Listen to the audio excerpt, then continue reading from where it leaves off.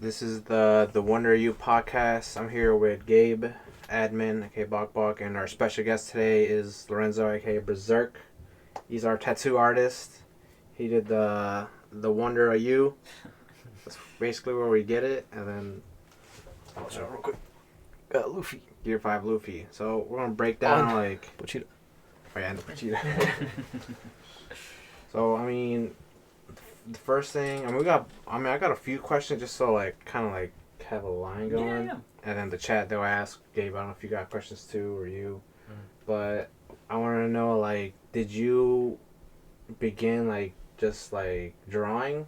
Like you were good at drawing, you like drawing, or how your stories start from there? Yeah, so my main thing is I draw since I have memory. I even like remember like my first drawings. Like my cousin used to draw, so I basically was copying whatever the fuck he did, and it was like I used to admire my cousin. I don't have brothers, so like I always grew up with my cousin, and he was like fascinated with drawing. So like, okay, I can draw too. My mother actually was pretty artistic too. She went to college and everything, and with time I was like drawing constantly, drawing. I was on school and I have like this like frame of the pages like fully drawing. Sometimes it was like taking the entire page and it was like, do you did the homework? And I'm like, no, I was drawing. I know it's like that, and yeah, like time passed and I kind of keep it like on the side while I was doing like studying and like working. I started working when I was 13. So I always keep like art in there. I attended to electromechanical engineering school, so everything was like like planes and organizing the fucking paper and doing all those things, and it was like boring as fuck. And time passed, and one day I don't know, like my best friend told me like, oh, I'm going to get a tattoo, like wanna come with me? And I'm 3 years younger than her, and so she was like already 18, yeah, I think 18, 19, and she was like getting a tattoo in here, and she goes like, okay, grab the machine and do something on me. And I was like, what? I wasn't expecting that at all, and sometimes I forgot that was the first time I actually tattooed. Yeah. And the thing is like that tattoo that she was getting is like, I love her, she's my sister and everything, like from different parent and everything, but that tattoo was garbage. And The one you gave her or the one she got? no, both. So nice question. So the thing is like that tattoo was garbage. The guy like he's a cool dude and everything, but that tattoo was horrible. And like I remember it was horrible because I did a like the 2 points B, kind of like the tiny stupid face with the teeth. Well, I used to sign everything with that face in there. I was young. I'm still stupid, so I cannot say I was stupid. I'm still stupid. And the thing is, like, I did it on her, and I drew the line, and it came out like perfectly straight. I did like perfectly straight, and the boop boop, and the 2 dots, and I was like done. And I was like shaking and like grabbing the like I wasn't used to like press the pedal, grab the machine, and I was like, okay, do I have to charge more ink? Do I have to do this? Like now it's like 2 seconds. It's like boom, boom, boom, and you're talking with the person and whatever, and like you poke yourself. Okay, it happened. No, mentira. I'm joking. But like like you do it and like no troubles. But like back then, the first time it was like how it's like playing drums. Like you have to like pay attention to like 3 things at the same time. At the same time, it's like your posture and like how you do everything. And back then, it was like, okay, and I was like shaking, but the line came like straight. Yeah. And we look at it and it was like, oh shit, it's more straight than the fucking tattoo artist that is doing like this big piece. Yeah.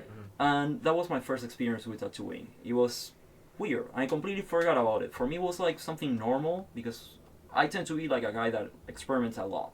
Like, funny enough, this is like the second part of the story on how I started tattooing. Is I left school. I go around the corner and I found people doing breakdance. I go like, fuck yeah, like, this is amazing. And I go to one of them and it's like, okay, can you teach me? And it's like, no, I don't know. And this guy shows up, he's like, I can teach you. And he used to be like more like dancer than anything else, instead of like power moves, everything on the ground and all the stuff. So it was like dancer. I hang out with them, like they were like 10 years older than me and everything. 6 months passed and this dude like sell his motorcycle. He sell it, and because they didn't have enough money, they give him like the tattoo equipment. And he goes like, okay, you're an artist, you know how to draw. I used to teach art like at home and everything. He was like, okay, if you teach me how to draw, I teach you how to do tattoos. Okay. Trade, right? Yeah, that's a nice trade. Like I can make money out of it. Like I was fascinated to learn something new. So like I always like trying to get something new. So I say fuck it, I'm going. So I go to his house like fucking 1 a.m. with a knife because it's like I'm going to the middle of the ghetto like 1 a.m. like to this like at the end of the day stranger type of situation. And the guy goes like, okay, this is like everything you need to know, and he started like teaching me kind of how to do it. And I spent like 3-4 hours, so it was like 5 a.m. I was like till like I did like a tiny tattoo like this, and it took me forever, and I was like mind blown. I was like, this shit is amazing. Yeah. So and he was like getting high and everything, so he wasn't drawing and it was like, boring as fuck. And I did the tattoo 10 out of 10, and I take like a full year. And before I noticed, I was like starting to do tattoos, and it was like so fucking hard. Like nobody's going to like support you and your family if you're doing art. It's like, dude, man, you want to be homo here? I give you the cardboard, just go. It's easier. So that was like the hardest part. Like when you start doing art, like art doesn't have a future, honestly. Or like you're smart enough to grab a banana and put it on the wall, or you're just like me. Like I don't know. Like it is so weird. So that's why like I don't know. It's so weird, but like that's how it started. You ask it. That's how it went. Yeah, because that banana sold for millions. The one on the wall? Yeah. Oh, yeah. That's just like the dumbest thing I've ever seen. Did they actually eat it, or? I think someone destroyed it, like one of the protesters, Oh. or I don't know, mods. They might be like, I don't know, because there was a painting that is just blue, and there's like a Yeah. white line, and it sold for like millions also, and people are like, oh, you could do that easily, but the hardest thing is getting that shade of blue, Nah. like I color think, blending, whatever. But I don't know. I think it's the laundry. Like the hardest part of selling art like that is the money laundry. So like you need to find the rich person willing to pay you like $1,000 or like 2,000, and like you go start like escalating till like, because that's how it works. It's like rich people telling you like what art is, and in reality they purchase the painting for like 10 million. They put it for like donations and all this stuff, and it's like, okay, I can deduct like 10 million out of taxes. Back then it was like, you know, let's say the Mona Lisa, it takes you like I don't know how much time doing that shit, and then like you're trying to donate that shit that takes like a fucking year. Why the fuck you just like grab something in blue? This is 10 million, I put it on donation, it took like 2 weeks. They don't need to know that. Just make sure like the paint is dry, and then like you have like 10 million in there. So I don't know, I feel it's so fucking fake. Alright. Well, how much do you think this painting will cost over here? Dude. Oh man, that's Self-made. that's art. It's like an grab hour. it, Scoop? Huh? Grab it so you can see it. Alright. This is art. What do you guys think, chat? Man, I Let's see, rate it 1 out of 10. Pac says, shout out to T-Swift for keeping his room clean, huh? Okay, buddy. Alright, Pac, what do you think of how much you think that is? Like, $1? What do you guys think? $2 at least. No, man. Maybe like a... At least the canvas has to cost something. Plus the paint, you can sell it for like, $20. let's Yeah, call well, it 1,000. Let's There you risk it. go. 1,000. 1,000. Maybe Yeah. if we put some tape on it and then like pineapple, let's be like more original, just like on top of it. Nah, it's cool. Like who did it? I did. Nice. Like that's the thing. Like you actually have to like I don't paint. I'm lazy. Uh-huh. So like you're like a step up in front of me. Well, we had a couple drinks. It was us, and we were like, alright, let's just paint and sip. That's what we were doing. Yeah. I mean, I cannot even fucking do it sober. So Well, that wasn't sober. Yeah. Yeah. Pac said he'll give me a lunch sleeve for it. Oh. Bro, that's, What? if it's not moldy, I'll do it. Bro. Huh? Yeah, what you know about that? Yeah, because, alright. And another thing, because we met at the tattoo convention last year. Or not last year, like, early this I year. think Yeah, it early was this March year. this year. Yeah. Like the villain arts. yeah. Hmm. So, me and my brother, I was going to get a tattoo for sure. Yeah. And then, I think my mom wanted to, she was going to get one too. And then my brother, he was like, alright, I want one. Or he said maybe. Yeah. Because he never got one. He's like, I don't know. But he's like, alright, he's looking for someone that does like anime tattoos. So we're just like Yeah. looking. And obviously find like a decent price. Because some of them, they be taxing. It's Yeah. like, let's say if you did something for 100, they're charging like 250. Yeah. And it's like, all right, maybe not that high. So yeah, we're just looking, and then we saw yours, and we're also in Chicago, and then I saw the art, and I remember what I thought was funny. You were like, you said something to me, but I didn't really hear you. And he's like, you want to check the lookbook? And then you said something, and I was like, oh yeah, check it. And I'm like, and he's like, yeah, it's explicit. The kids can't see it.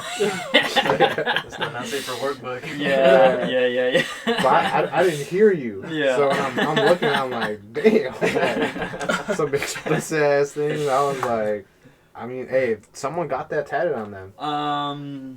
I mean, like, yeah, like they got it on the ribs because a motherfucker wanted to get it on the arm, and I was like, hey, I'm not putting like someone like spreading legs with like pussy and everything, and like he wanted to get it like next to like this kid's tattoo. I don't remember the name like right now, but let's call it like Winnie the Pooh. So he wanted to get like Winnie the Pooh and like next to it like a fucking porn tattoo, and it was like, I don't know, man, like. If I see that on the street, that will be like, like I'm keeping my kids kind of far away. But that's what I remember. How big was it going to be, like the whole? So when he wanted on the arm, it was like kind of small, but like it was going to be like maybe like this big. I would say like 3.5 inches something. And when we did it on the rib cage, it was just like, okay, we have the ribs, so let's do it like 4.5, like 5. So came up. I'm pretty proud of that tattoo. Like, I give a fuck. Like the thing, like I always tell everybody, like I have to freehand that pussy. Like, yeah, no, it got completely erased, and I was like, okay, I think I saw a pussy before. Like I'm too rolling shit. So yeah, Scoops. You had the lookbook, and then he had the black book, the 18 and up. Yeah. I was like, alright, what is it? Quote of the day: freehand that pussy. Yeah, man. Yeah. But it's pretty common. Like a lot of the times, like you assume you have everything under control, and then like you have to stay calm for your client, you know, because like they ask you, it's like, oh, is everything okay? It's like, yeah, man, I do it every single fucking day, and I'm like, fuck. It's like I went too small, I went too big, like I don't know what I'm doing, and it happens all the fucking time. Well, of course, like. Almost all the Allegedly. time. Yeah. Allegedly. It's on YouTube. How to fix the black and wrong spot. Well, there is ways. Just destructive you. Like that's actually like, I don't mean it happens all the time, but it's kind of like, okay, you fuck it up in here, then make this other place so fucking good that people don't look in there. Yeah. So that's how you do a cover up too. Yeah. Now you know. Yeah. So. Yeah. All right. So, speaking of cover ups. Yeah. The story at the second time at the convention, you're doing flashes, and then he got his done, and my friend wanted to get tattooed by you. A-Rod, whenever he sees this, shout out to him. He wanted to get a tattoo by you because I showed him, like, what you done. Yeah. That, I want, like, him tattooed. And he wanted, like, some Kanye thing. But you're like, I can't do it, just doing the flashes that day. Yeah. And I think you were tattooing someone already, and then my brother was in line, too. So he was like, alright, I'm just going to find someone So we find like some guy from like Kentucky. Oh man. He was like, yeah, I got you. What do you want? And he was like, and my friend was like, can you do this from the Kanye album cover, the Yeezus one? And he's like, yeah, I do that easy. So he's doing it. Did he speak like that? Yeah. Oh, okay. Yeah, he did. He had that accent. And then my friend, he's looking at it, and he's like, can you add like you know how CDs have that like rainbow, not a rainbow effect, but that like mirror effect? He's like, can you do that already when it's like a black outline? He's like, oh, I mean I can, but it's already basically done, and it needs to be bigger to add all those like colors. So like he just got like the black outline. Just a black square and a circle in the middle. So, you got a picture? No, I don't got a picture. Maybe Aaron could probably send me it, but basically, he didn't even have a wrap. You know how you pull like the wrap? He didn't have the wrap. He's like, yeah, I don't got no wrap. So he put like just a towel and tape. Oh my fucking god! Yeah. And then we're walking around, and he's like, "Yo, you think this is like safe?" No. And I'm like, "Low key, probably not, cause the towel has fuzz." Yeah. So he's like, "All right, let's look for like." Yeah. And it was like it kept like falling down. So Oh it was, like, yeah. No, that's disgusting. So we're walking, and we find someone that had like we're trying to because it wasn't the tattoo artist, it was like their assistant or something. And Yeah. like, we need like that. We forgot the name, like that fake skin or Yeah. whatever it's called. The second skin. Yeah, the second skin. So we're trying to like tell her, and she just gives us like tape. So my friend just puts like tape over it or whatever, and he's like, "Nah, I gotta find like some of that like fake skin or whatever." Yeah. So we go to a different booth and we tell him like, "Yo, like help him please, like, Yeah. bro, help him please." So they finally got us the fake skin and they put it on. Yeah. And then the next day, my friend's like, "Yeah, I'm gonna get this covered up." Well, that's why like I tend to recommend people like conventions are good to find your artist, not to get a tattoo. Like I'm in there and I'm kind of like I don't want to be there. Like I fucking hate being in conventions. I hate being in conventions. So like every time I tell people like, look, you can have 100% of myself, or you can have convention percent of myself. And it's going to rely on like how nice people are and all this stuff. But like sometimes like people show up with like some really fucking dumb retard like things that they want, and it's like, dude, like I'm telling you, like I want like Jesus like fucking like dying on the cross, and like I want it like huge and like yeah, like full of blood, and it's like, where the fuck do you came in with that idea? Like amazing if it was like you were sober, but like they're not. Yeah. So like, and you have to deal with those things, and it's like, okay, like one is fine. You have energies. You should show up. Like you have the rest of the day to talk to people, so like everything is okay. But then like one person, two people, 3, 4, 5, and before you notice, it's like I want to get out. Like fuck this place. So that's why I'm telling everybody, go to the shop. It's going to be better. How long is that? 2 days or 3 days? It's 3 days. 3 days. So it's like the first day you're going to be fine. Then the second and the third you're with like You're the just showing shotgun up on to your shop. with You're your just mouth, cruising. waiting for the next stupid question. It's like Pam, like done. But yeah, no, it's bad. But that shit that they did to your friend. Yeah. That's fucked up. Yeah, because it like at hindsight, at a distance, it don't look too bad. Yeah. But he wanted that like mirror, like rainbow look, kind of look, Yeah. like an actual CD. Yeah. It didn't look like that. It's just like it's just black, and I think it has. I don't know if it has red or not on it. But yeah, he definitely wants to get it like covered up. So Yeah. he might hit you up like, yo. Oh wait, this was this year? Yeah, this was like a few months ago. September? Oh, it was that one. Yeah, I think it was like Anime Magic? Magic September. Yeah. Yeah, that was like a horrible convention. I fucking hate it. Yeah, because so that one, I told my friend, I was like, yo, my brother's going to get tatted. Yeah. Because he said he wanted to get tatted, and I was like, fuck it, I'll get tatted too. I'll get something. Yeah. And then I told my friend, he was like, yo, like, come with us. Yeah. But he didn't know, like, what type of convention. He thought it was a tattoo convention. Oh. And I told him, like, no, just a tattoo alley. Yeah. You got to find someone. Maybe there's something you like. So he doesn't like anime at all, and none of that stuff. Yeah. So he gets there and he's like, yo, is this the right place? Like, he did not sign up for that. And then, yeah, so he finally got in. He got tatted. Yeah. But, yeah. Did he like it this time, or like he was like, I want to get it covered too? Yeah, he literally the next day said he's going to get it covered up. So, that's what he's going to do next. Oh, sorry, it was on the convention. Yeah, I was thinking he got like another extra tattoo. Like that's so fucking weird. Like on the convention, I think I know who you're talking about. Yeah, He was there. all the way in the corner. He was. Oh no, then I didn't know. Okay, I think now I know who you're talking about. He was like from Missouri or Kentucky. Yeah, there's too many artists. Shout him out. Yeah, I don't even remember his thing. All right, is there a tattoo that you won't do, like refuse to, or you just do? Hey, they're paying. I'll do it. Doing it again, or Like in general. So I got this one bad time with a tattoo that I for sure I can like tell it later. But there's something like I wouldn't do now. Well, I have a bucket list. Like I still have on this list doing a penis tattoo. I never did one, but I always hear the same story from people that actually have penis tattoo. It's so fucking weird because like I'm from Argentina, like Buenos Aires. And I was in there and I was talking with this dude and he was like, oh man, one time I was on drugs, I have a tattoo machine and I did like happy face on the helmet of my dick. And I'm like, okay, I'm like, okay, fine, sure, like, interesting, don't show me, I'm okay, I believe you. Yeah. And then, like, I moved to the United States, I'm in Chicago, I'm talking with this other dude and he was like, oh man, like one time I remember I got on drugs.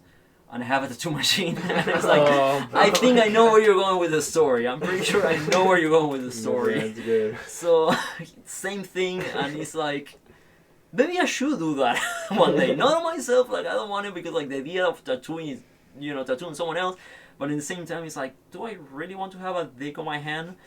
And some tattoo artists do. So, like they don't care. It's like it's a good money. Like you just tattoo 5 minutes, but like you need to have a dick on your hand. So that's how you balance things. Also, they have to be you gotta be bricked up. Yeah. Well, that depends. Yeah, For the stand, like that depends how you want to show it. Like, I guess so. It's kind of like, okay, do I want to, like, I don't know, grow in? Like I don't know how it works. I never did a big tattoo. I never saw one. A frog or something. I guess a frog croaking. But oh man, I did a crooked. Come in next week. I'll fix it for you. It's like, I don't know, let me take out the ink from it. No. So like that's kind of the thing. Like I'm not sure like how it actually worked. I can ask, but like I never did it. I did a pussy tattoo. That's different. That's like the second story. I wouldn't do it again. Yeah. I did it before. It was fine. But the last time it was here in Chicago, and it was right after COVID, so like, 2020, everybody didn't have like a fucking buck, so like everybody was broke. I was broke, I needed work. So they sent me this tattoo, like on the website. We didn't understand what it was on the emails. So they go like, okay, is this tattoo, whatever it is a retouch, and you're going to get $500. I'm like, okay, I can do a pussy tattoo for $500. That will be amazing. In that moment, it will be like $250 for me. Sure, whatever. Take it. Client shows up. We didn't know what it was. It was Justin Bieber's signature on the pussy, and it was a retouch. So the chick was on drugs for sure, and she got pretty excited. And I didn't have a good time. So that's why I wouldn't do that again, ever again. Like, that was a horrible time for me. And I swear to you, like, I'm not just straight up saying how it was. And I'm not, like, making fun of her or anything like that. Like, it's kind of weird.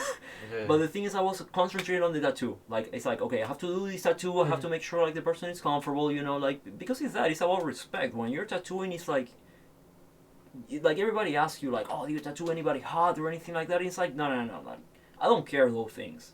Like, I can tell you later if like outside business type of situation, it's like, okay, if like this person contacts me, like I'm in a relationship, whatever, if this person, like back in the days, contact me and want to like go out or anything like that, it has to be like, you find my Instagram account, you talk to me outside business, because like when I'm tattooing, I'm working. So I was like concentrating on this person like being comfortable. But the thing is like, okay, like I'm trying all those things, and then she was kind of like complaining, and then like I was like, oh, like I'm sorry, I'm almost done, all the shit. And then my coworker was like, was your client mowing?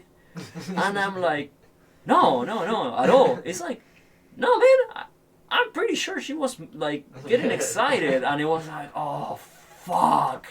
So yeah, time, like I just find out like she actually was getting like sexual into that shit, and I'm like, I'm not doing this shit anymore. Yeah. Fuck that. Like, I only got $250 from that. Good money. 250 is like something that if you can get it like this, it's amazing. But like getting in there is like, I don't know, man. I'm gonna do it again. Like, it's fine, I guess, but no. Would you do like a whole back piece if someone like? Oh fuck yeah. Yeah. But that won't take like days, right? Yeah, no, it takes days, but like depends also on what they want. If they want like a huge vagina on the back, I wouldn't do that shit. But like ironic, but like no, like it depends. The things nowadays is like it depends on how it is, like your style, how you fit into it, like what you like, what you don't like. So for example, I have a few back pieces that I'm doing, and one dude is getting like the full sacrifice from Berserk, everything. So he has like a huge hand on the middle with like the moon and like all the monsters all on the side. So we were like working on that one. Like I think we did 2 times, but full day, and that shit takes forever. So you can imagine it's Berserk, like details. Then I have like a few Japanese back pieces that I started, and well, people don't have money nowadays, so they're like not continuing it. But still, like, it's fun. It's a lot of fun. Back pieces are like, it's like having a canvas. You should sit down and like and it's like the same as painting. So it's a lot of fun. Painful as fuck. Like I have my own back piece. That shit is horrible. But like, it can be something that like the only issue is you don't see it. So yeah, yeah. Because you showed me your back piece. It was like the Japanese one, Yeah. where it's like all my bod and everything. Yeah. yeah. Yeah, I didn't show you the bod just in case. You showed me the top part, but so but you know how to do that style, or you still learning all these different type of styles? I wouldn't call myself that I know how to do that. Like definitely I can copy it, because I'm good at it. Like I know how to tattoo. That's like the benefit that I have. But like going through like that mental process that the artist had doing like Japanese pieces like that, it's like no, I cannot do that. Like you can give me something else, I can do it for sure. But like this is a little more like, I don't know, weird. I think someone asked it something. Have you ever done an eye tattoo? Like eye itself, no. Like I did the like. How is eyelid? Yeah, Eyelid. that's an area that you can tattoo for Yeah. sure.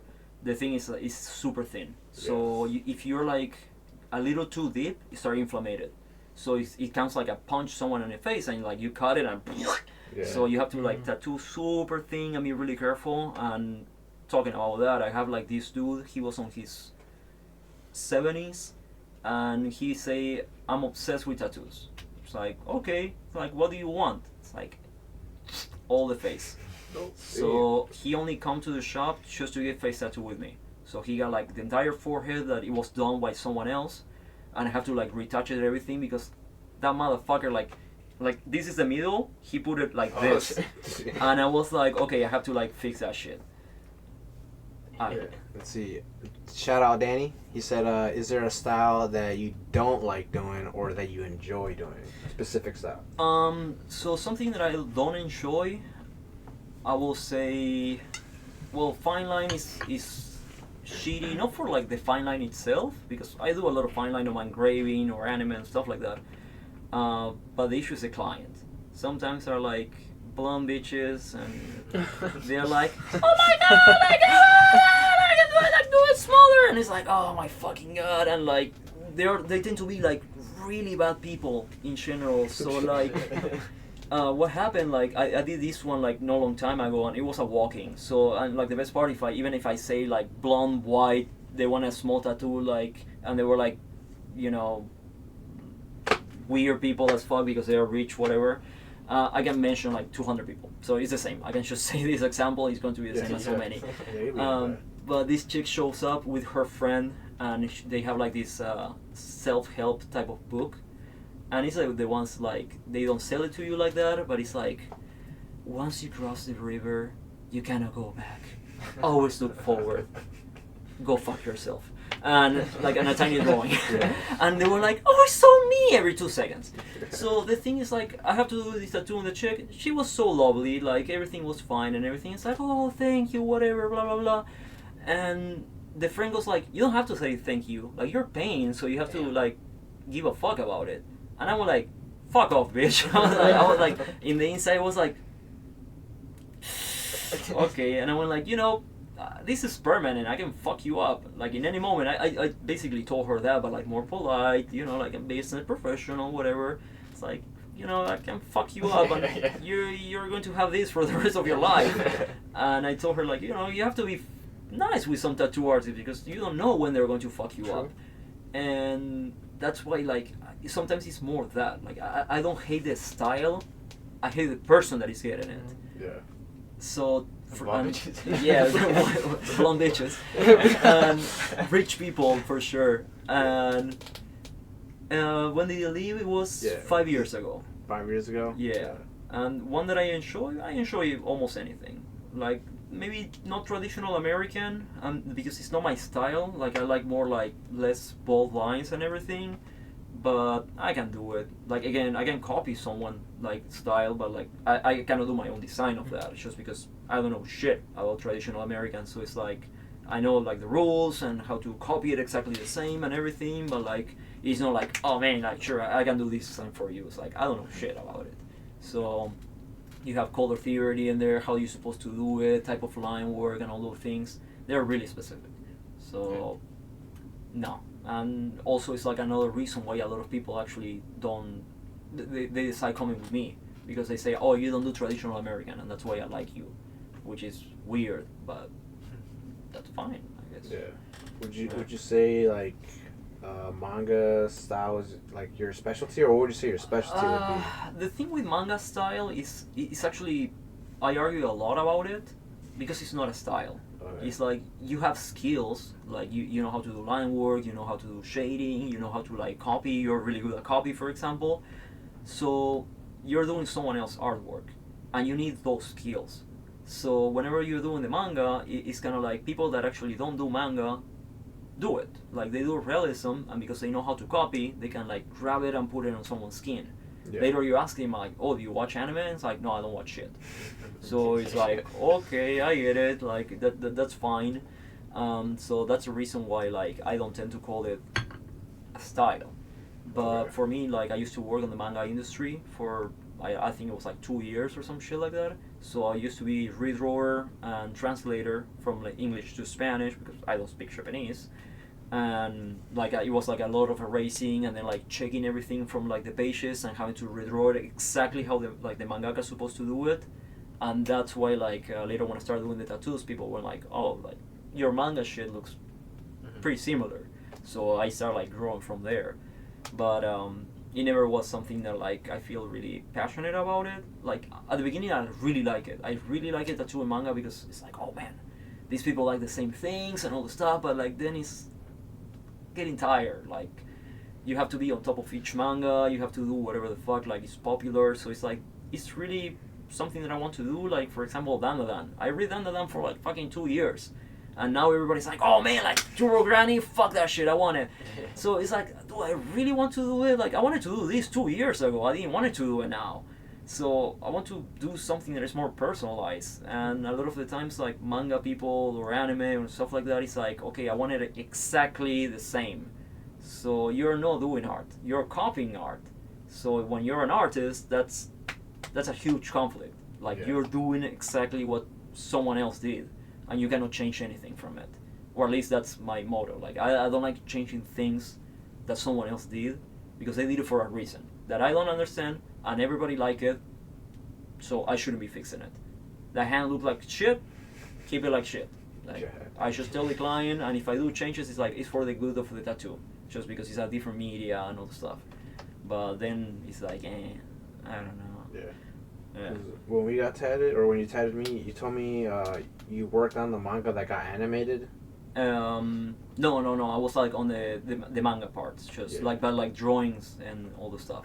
On animation, I never did. No, I'm saying like, what was the name of the manga that you did? Because you told me that you did it and then eventually got animated. Oh yeah, it was Nogan's Life. It's like that dude that has like a revolver for a head. And if I don't remember wrong, I never read it, honestly. Like, I just worked on it. It was like, we need these pages. Like, sure, whatever. I was just like checking on the drawings and like start fixing it. But like, it was like a team, so it was like they give me the drawings, someone else did the translation. But that one, it took like, we like did the translation, and almost like 4 or 5 years later got the anime, which was extremely weird because normally it tends to be like pretty close by.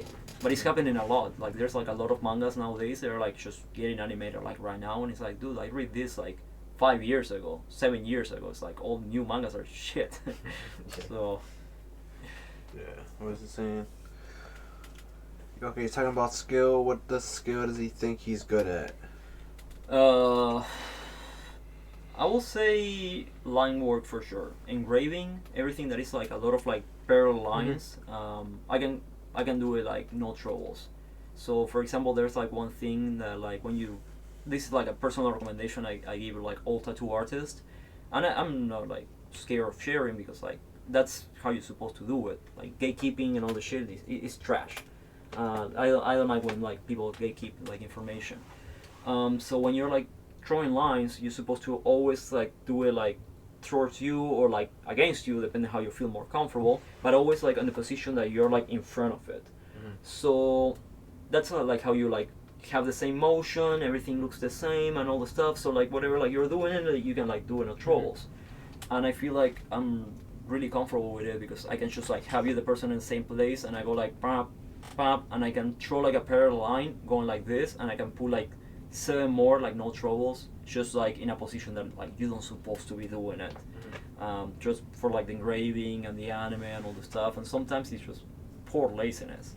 Like I don't want to like change the person arms so they are like this, and then I have to like rotate. It's like bam, bam, bam, bam, bam.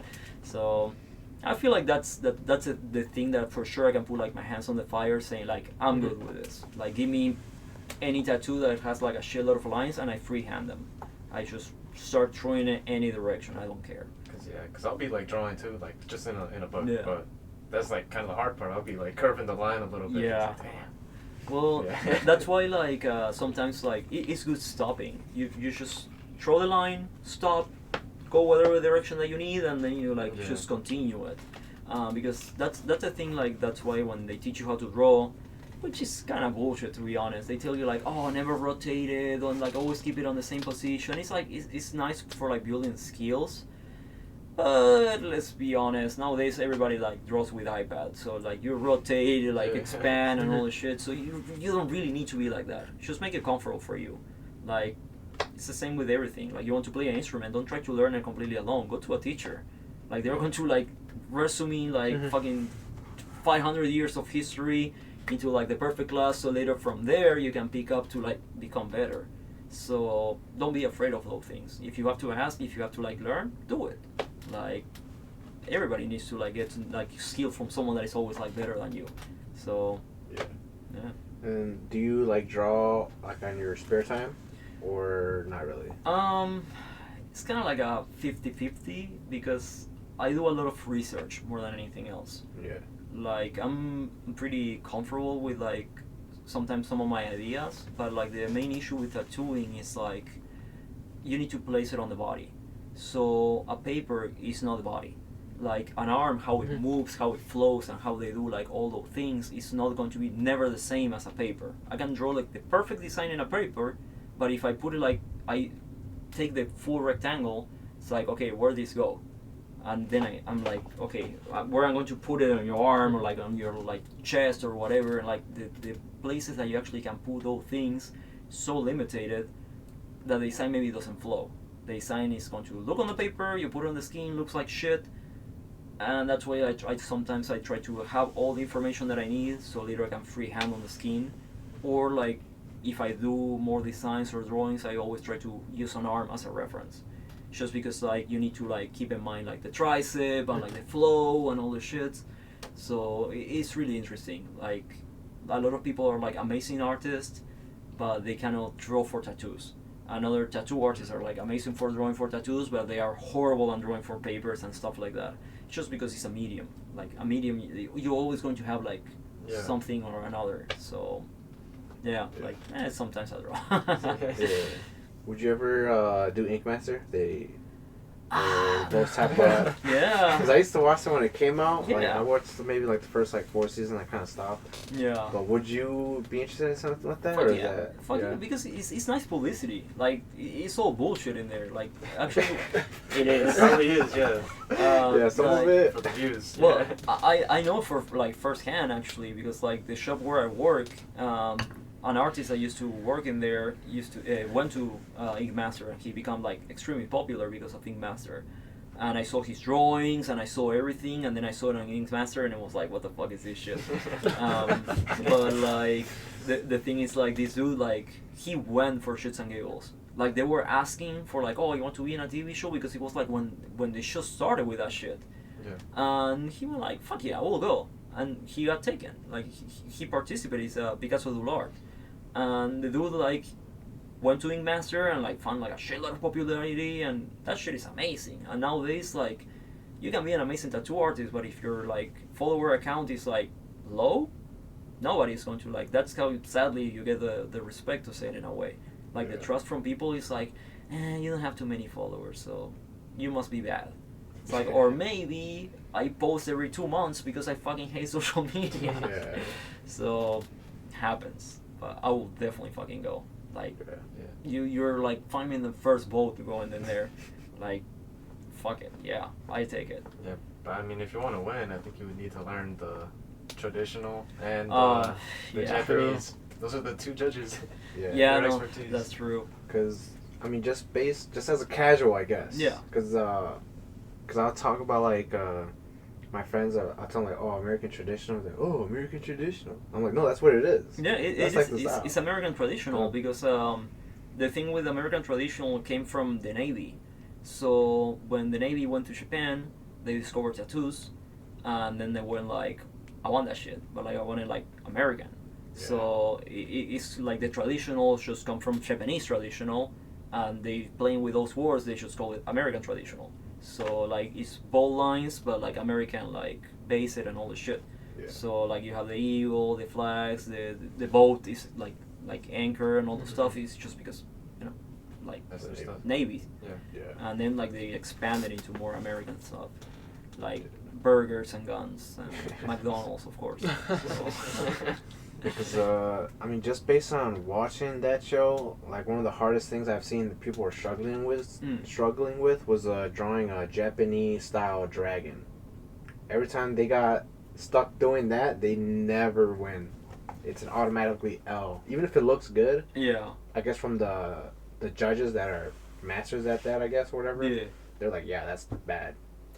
And I feel like they put the bar way too high, honestly. So you have to be a prick if you're going to be like trashing people. Like for me, like for example, like I'm not an amazing artist. There are like people out there that are like 10 out of 10, and then like it's kind of like, oh, if you have to judge, how are you going to judge? I'm going to be a fucking asshole. I'm going to like pick every single fucking detail of that shit. Even if I cannot do it, I'm going like, this is bad. Why? I don't know. I don't like you. Fuck it. They'll be like, this one scale is pointing the wrong way. Yeah. Yeah, because there was one. It never happened to me. I think there was one tattoo where they had two left hands. Oh, really? Man, yeah. Yeah, I think so. Oh my god. And there was one where it was someone's grandma, and then they were like all like looking at him to see like, oh, what do you think? Yeah. And someone said, oh, it looks like Leatherface. Oh, like, he's like, that's my grandma. How dare you? No, I that think has they to be lost, too. full show. Like I don't know. Reality TV is so weird. Yeah. Like, I used to watch like Ink Master. I used to watch it all the time, but I don't know. It was always like, oh wow, are they really that great? And then I met them in person, and it was like, Kind of cheeks. yeah. Yeah. I saw some really bad tattoos made by Ink Master people. Yeah, really, really bad. And the guy was so happy. And Really? Yeah, no, and we couldn't tell him. It was like, man, I'm so sorry for you. I mean, like, amazing. No, it was garbage. I feel so bad. I think like the guy was on drugs doing the tattoo. So, oops. What do you think about like tattoo like contact, whether it's on Instagram, TikTok? Which way? Like do you like watch stuff like that? Like, or do you have TikTok or? No, I don't have TikTok. No. I should, but I'm already too lazy on Instagram. So to give an idea. Because you know how Instagram Reels? Yeah. So it's basically that, but on TikTok. But I'm saying like if you get like tattoo stuff, because there's all people the that do like the skits and all that. Yeah. Well, I get it, but like it gets pretty boring after a while. I'm not going to deny it. Like, it's one person did it, and people trying to follow the trend, and it's kind of like when you're in the business, you're paying attention to other people constantly, like to see what they do. It's like you watch, for example, let's say like you're watching other streamers. You want to see like, what to like change, what to fix, what to like do all those things. So you have to consume other people's content just to kind of understand what you're going to be doing. So it started becoming kind of like annoying. Like, I don't know. It's like, fuck this. Yeah. He said, "Is there a trend that you hate?" Oh yeah. I have one in my head specifically. Is when they do this. I don't know, like reusing the same like how is it, like script to say it in a way, kind of like, let me choose in between like good character and bad character, and they pick like a paper, and it's like, okay, Naruto or Dragon Ball, and they pick a paper, and then they show like a design, and it's like, dude, I saw it like 250 times, like I don't understand how people can be like, what he's going to be choosing. It's like, dude, it's the same. Like they already know what they're going to be choosing. Like maybe on the other side they say like this one, bitch, like or some shit like that. But like there's so many like that. Or there's like this other one that is like, when it's more for the tattoo artist than the client in itself. So it's like, oh, when your client show up and he's annoying as fuck, it's like, you don't want to say that. Like I don't show up and it's like, you were a horrible client. It's like, you don't want to hear that shit. Like nobody wants to hear that shit, and like people are like so happy showing that. It's like, yeah, I treat my clients like shit, and it's like, What? Sure, man. Like, yeah, I've seen some of those. Really? Yeah. The TikTok ones. Too, Yeah. it's like, I don't get it. I don't get why like people that are like That's supporting your work. Wow, Yeah. that's clips. They're supporting your work and you're just throwing shit at him. It's like, Yeah. nah, man. All right, another trend that, or I guess is a tattoo trend people are getting is cyber sigilalism. Oh man. What do you think about that? I think it's just seasons. Like, you know, like sand tramp, like the tattoo like back here used to be a thing. So Because they're saying that's like the new like tribal tat. it is the new tribal. You just putting glitter on that. Like that, well, you literally, like, they're putting like glitter on top of that shit. Do you know what that is? Kind of. It's like the chrome, like, squiggly lines, kind of. Yeah. I have to see a picture. Pull it up. Yeah, no, cyber sigil is What's it called? Cyber. Cyber sigilalism. yeah. That's like the trend right now. Most people are like getting.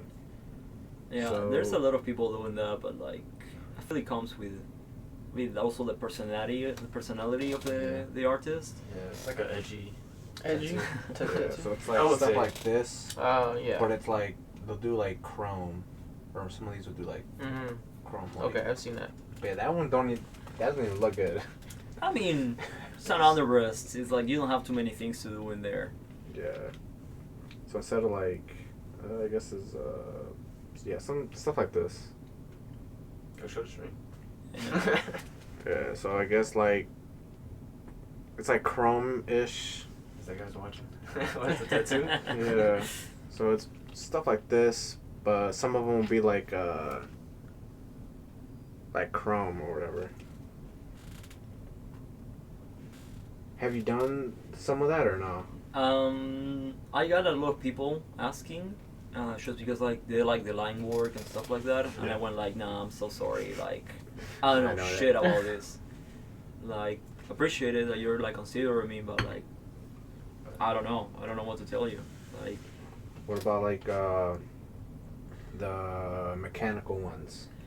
Biomech? Yeah. Oh yeah, I actually have a client that I'm working on. I don't know what happened with him now, so I see also like, you know, money situation is always complicated. We also were like tattooing like 2 days in a row. He's from Michigan, so he was getting like his full arm. So what we did is like, we started like throwing like bones and everything, and like we kind of like build it up like from like below, to say it in a way, and we put light under it. Oh, I fucking love that tattoo. And I cannot post it because I take a horrible story and video and photo, so it doesn't work for social media. Like if I show you the video, 10 out of 10. If you like see it on the social media, it's like chop. So I cannot show exactly what I want to show, and it's like, fuck this noise, like. But I think I have the video. It has to be somewhere. But I love that one. Actually, I was learning from the owner of where I'm working right now. He used to work on that thing for years. So he learned it from one of the greatest. Then he become a business owner and all the stuff. And he's like slowly like stopped doing it. And also like, you know, time passed. He like don't want to go back to it.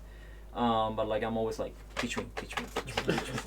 Yeah, Every pass time it he's on. pass it on. Like that shit is amazing. Like I love those hooks. It looks amazing for the body because that style, it grew up out of tattoos, and that would make it more interesting than anything else, because it's like, I don't know, like Japanese art, like they say Japanese tattoos, you first got the art, then you got the tattoo. And the same with like maybe like traditional American and stuff like that. You know, like you have an eagle, like people draw it and all the stuff, and like this type of artwork is like in your body. You have to feel like amazingly how you rotate the arm. If you like do like certain movements and stuff like that, everything moves with your muscles, and that's 100% something that only a tattoo can do, except if you paint someone's arm, of course. So that's why like that shit is amazing, and I would love to do more of that and learning more of that, but it's extremely complicated. You need people to show up and saying like, I want my full arm, and I trust you that you never did it before. It's like, yeah, thank you. What's Like called? that's For which one? What are you talking about? The bio. biomech. Oh, biomech. biomech. Yeah, it's like it's a weird style. Mods? Yeah, my mods, they be sleeping sometimes. It's fine. Let's see, Biomech tats. I can show you like a specific artist, and that shit is like So like, wild. Those springs? yeah, so it's like not necessarily springs. So let's see, this one's like if your arm was like robotic, Mm.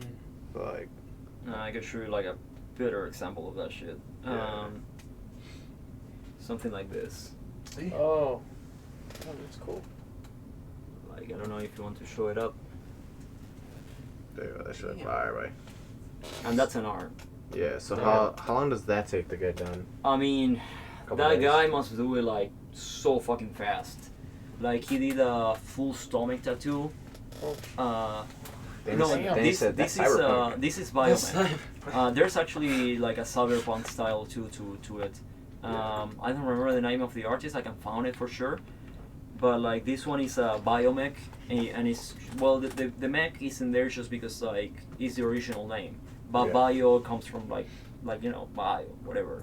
Yeah. So like the thing with it is always like you need the person in person to draw it.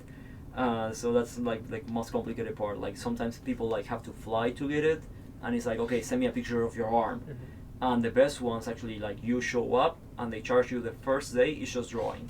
So you have to pay per hour for the person drawing with Sharpies on your arm. So you show up the next day and you pay again for getting the tattoo. Yeah. And that shit it can take like months depending what you're getting. And if the person are like legendary and all the stuff, they get it like in 2 days, 3 days, but you have to pay for that. Yeah. And it's just amazing. Like those tattoos, like I will get one, but like I'm more like into Japanese on my own body. But those type of tattoos are like unique. It only fits you. You can copy it, but if your arm is like different, your leg, you're like different weight or like height or anything, you're fucked. You're gonna get it. Yeah, because in the picture it was like the muscle right here. Yeah, It's like specifically used it for whatever that yeah. tentacle or So whatever it was. that's a That is true. that's like, that's the thing that has like that style that is like so unique and special. It's just because like it's just for you. Like nobody else is going to get something like that, and nobody else is going to like they're going to try to copy it, but it's not going to work. Yeah. So yeah, I'm not going to be finding this other person. There's like so many accounts, so many tattoo artists. But like that's like the special part is when you work one-on-one with your tattoo artist, because that's the part of like being an artist too. Like you have an idea, you come to your artist, you say whatever you need to say, and like the person actually like grab this idea that you have and like just here you go, this is what you're thinking about, and it looks amazing. Yeah. And I got like this tattoo that I did one time. This guy wanted a Dark Souls tattoo, Dark Souls 3 to be more specific. I don't know why 3 matters because it was the same. He wanted to get the Onion Knight getting eaten by the mimic, and he sent me a sketch of it, like a drawing, and I love the drawing. Like the drawing, he was like, "Oh, I'm so sorry. It looks like shit, whatever." And I'm like, "But this is all I need. Like I need to see your idea, so later like I draw it like in any way that I need it." So he just sent like the mimic like eating it, and it looked like funny. And then I put it like the mimic from behind, getting like the tongue like grabbing the knife and all the stuff. And so I have to like 3D build everything basically from like the video game and like the artwork original from the video game that I purchased the physical art book for doing those type of tattoos. And the guy was like, "Yep, this is exactly what I wanted." Like he sketched it like shit, but like later like for him like showing it and explaining kind of what it was, Like that's the nice part about tattoos. Like when you just show up with an idea and it's completely unique and it's like, you know what, I want like Rambo fucking unicorn. And it's like, sure, I got you. You want like a machine gun on the back? It's like, sure, be free, man. And it's like, let's do it. But that's special. When you have like stuff like that, it's a lot of fun. Yeah. So, I don't know. Sometimes I tend to prefer like those things over like, you do this manga? It's like, sure, man, I gotta do it. So. Like I told you at the convention too, like I wanted to get a tattoo, but low on funds. Yeah. But it was the Kaido from One Piece. Yeah. Or like wrapping around. Like that one I would say like you would, on like the arm kind of going onto the hand. Yeah. But like, I guess freehand. I don't know how you would do that. But sometimes it just depends on the design. Well, I mean, I had a picture of a reference, but like the video I sent you. Yeah, I don't know, it was crazy, but. I sent him a video where he had the Dragon Bros all his arm. Oh shit! Damn. Yeah. Which it looked badass, but he was like, that shit probably cost a house. Well, that's another problem that I'm having currently on tattoos. So it was like this. Oh yeah. I was thinking like the Kaido dragon with the arm sticking out. You got the X and the head different and stuff. Yeah. Spoiler. You're trying to show it. Yeah, so he wants to basically get this, but with Kaido from One Piece. Yeah, that'd be pretty cool. With the fire coming out on the... Yeah. Yeah, the thing with the cost of tattoos nowadays is like, in United States everything is so fucking expensive to begin with. Mm-hmm. And like, I'm not going to deny, a lot of tattoo artists are like really used to like expensive type of life. And sometimes it's expensive too because you have to pay taxes, you have to like buy the supplies, and the supplies are getting more expensive, and like the equipment is like expensive too. But when you're after certain years, in reality, like you don't have to buy too much, like on like new machines, for example. New machines every year. You don't need a new machine every year. It's going to work amazing, but you can send it for fixing, so no troubles. But like people charge you like 10 grand for a tattoo, and it's like this big. It's like, come on, man, you're just trying to like live a life out of like a single person. Like you're taking it away from someone just to like live it yourself. So I don't like those things. Like I get it. I will pay if the person is like 100% professional, hand drawing, like everything is specifically for me that I'm actually doing it. Like I'm getting it on my back piece, but I wouldn't do it for like anything like that. So I don't know, like other people are like, if they're charge you like crazy for a manga tattoo, fuck that. Like charging like $1,000, like 2,000 or like 5 whatever for a manga like they didn't even fucking draw, that's bullshit, man. Like you're paying the rent. Like you're not actually like paying the art. I'm gonna have to ban this guy right here. Hey yo, hey, where my mods at? They're talking out of pocket, boy. Can't ban this guy? Yeah. I don't know.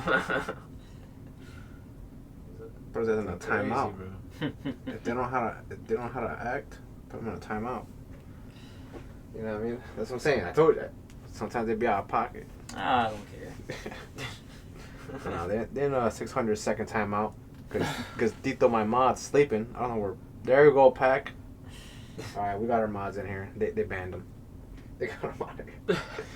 Alright, because I told you before, I want to get a Mesmer from Elden Ring. Yeah. So that'll be like right here somewhere. And I kind of, I don't know. Is that one, you know how he has like the 2 snakes? Yeah. So I think maybe wrapping it, or I don't know. Yeah. Yeah, that's that or You're trying to fill an arm? Yeah, Or I want you to eventually like fill up an arm and then go towards my back. Okay. He said, I'll send 100 bottles of baby oil. Whoa. Whoa, we're having a deal, man. Yo, take it easy. Didi's in the house. Who is Yo. Hey, where you at, Pack? Yeah, let's see. Nah, man, I'll take those. I I don't care. 100 bottles? Man, I can make business of it. Yo. Yeah, that's crazy. 100 bottles? That's we kind of can wild. check the business, how much is in like eBay and stuff like that. Man, some people do that, like trading and all the stuff. Like, Dropship. man, that's amazing. It's a tattoo. He said Danny's not a mod. Let's see. Trying to see if I can make Danny a mod. I'll probably do that a little later, Danny. Yikes. Forgot how to do it. But yeah, let's see. Uh, how much would something like that be? Like the Kaido? Yeah. 'Cause that's like medium size. So the thing is like normally it depends like what is going to be like the end process, like if you want to eat it on cold or stuff like that. So if you want me like you want like a general answer or you want my answer, because it's kind of different. So like Well, I don't need to know the price, so let's just say general. so Like right now, I guess. like people normally charge by hour or by piece. If they charge by piece, they're going to calculate how much like it's going to be taken of their day. So sometimes tend to charge like, for example, let's say some artists have like 1,200 the day, so they're going to be charging you that. For me, it's kind of like I know I work sometimes kind of fast, like compared to like some other people. Like I can do like I remember I was doing the other day like a tattoo from the hand till up here, and I finished almost everything in a single day. So bullshit, the single day. No, it was like 3-4 hours. So like that's definitely like a completely different things. Mm-hmm. And like I tend to charge like the hour rate for those pieces and all the stuff. And I told the guy before time, he's like, look, this is not something that I tend to do. I'm not going to enjoy it. I'm not going to have anything out of it. So I'm going to be charging you like hour rate, just because honestly, like yeah, it's a cool tattoo and everything, but like I don't want to do more of this. Like it's not the idea. So like 200 the hour. We did like 4 hours. I think I give him one for free, so it was like $600 done, and we still have another seating. But then like when it's like portfolio pieces for me, I tend to tell people like 600 is my top. If I feel like this is something like so nice that I can like have fun with it, I just prefer charging like the 600 that is going to cover like how much I have to pay for the shop, how much like sometimes for example you have to pay percentage. So like you're like from those 600 you're already automatically losing like 20%. And then like depending the shop you're going to be losing like another 50% or 40 depending like how is your deal. So that money started going down, and then it's like okay, like how many of these tattoos I'm going to be doing, and also like you know like you're selling a luxury, so that's like another inconvenience too. But that's why like I tend to charge 600 if the piece is interesting, but it's just like it still applies the 200 the hour. So if we take an hour it's 200, if we take 400 like that. And then like if we take like 7 hours, it's still going to be 600. You get it done in a single day, it's not going to increase the price. And it's just, I don't know, I find it like kind of like the sweet spot in between like you're going to be like getting like the best of me, at the same time you're paying me for that. Yeah. So like some other people are going to be charging you 2,000. Sure, you want to do it. I don't have any problem. But I have to keep those things in mind too. Like why I'm shooting my wave way too fucking down, but I prefer having fun. So lately it's going to be like a lot of like that, honestly. Like I've been taking like amazing pieces for like 600 and I'm having so much fucking fun with it. And they do this like, I don't know, 7 hours and I'm like and talking, I'm like bullshitting and all the stuff. But it is the fun way like that, honestly. I find it like when you go too expensive, I don't know, you better buy some food or some shit out of for the person. And they don't even do that. For real. Facts. Yeah. Have you tattooed someone that like that stopped halfway, like out of like can't do it anymore, like because of the pain?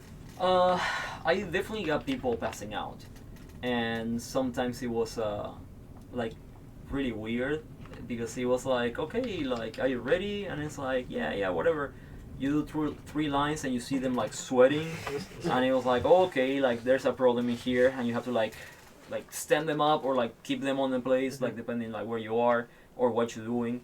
And then it's like, do you eat today? It was like, oh no, I'm in a diet till like certain hour. And I will say like it happened once, but it didn't happen once, so it happens a few times. Yeah. And it was like, man, I know you're on the diet, but like you're getting a tattoo, you know, like you should be careful for your health. Yeah. You give him a Snickers or something? And, I mean, Yeah, like a slap on the buddy. face. And like, no, like the bad thing is like I don't know. Getting something with sugar like definitely helps. That's all you need. But like some people are like not even that. So like it's worse when they argue with you. It's like, oh, I don't want anything. It's like, dude, you're fucking dying right now. You like I'm not going to call 911 on you. Like here, take some like something, and they're like, no. Like okay, and then I'm not going to tattoo you. You still pay me. Like I'm wasting my time in here. Like, but if Yeah. Did you ever have someone like fall asleep? And they're, all like, the time. And maybe like. Oh yeah. They just. Well, Jitters, so eating before the tattoo is important because you need like glucose on your body. Mhm. So the thing that happens basically when you're getting the tattoo is like your brain is going to start like sending like signals all the fucking time, going like, okay, this is painful, this is painful, this is painful, and it's going to start like wasting energy on that part. So the thing is like, because you're wasting so much energy, you need to like have like a little bit extra. So that's why sleeping well is important. That's why like eating sugar is important. Like you're going to be consuming all that. So the best way to like compensate it is like get something to drink, or like you can get some M&M and like chugging it on that shit.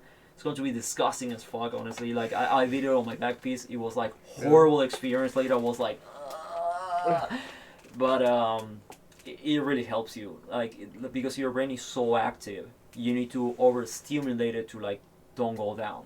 So that's why it really helps you. Like I was answering the question just and then I forgot what I was saying before. So because you said if they're sleeping. Sleeping.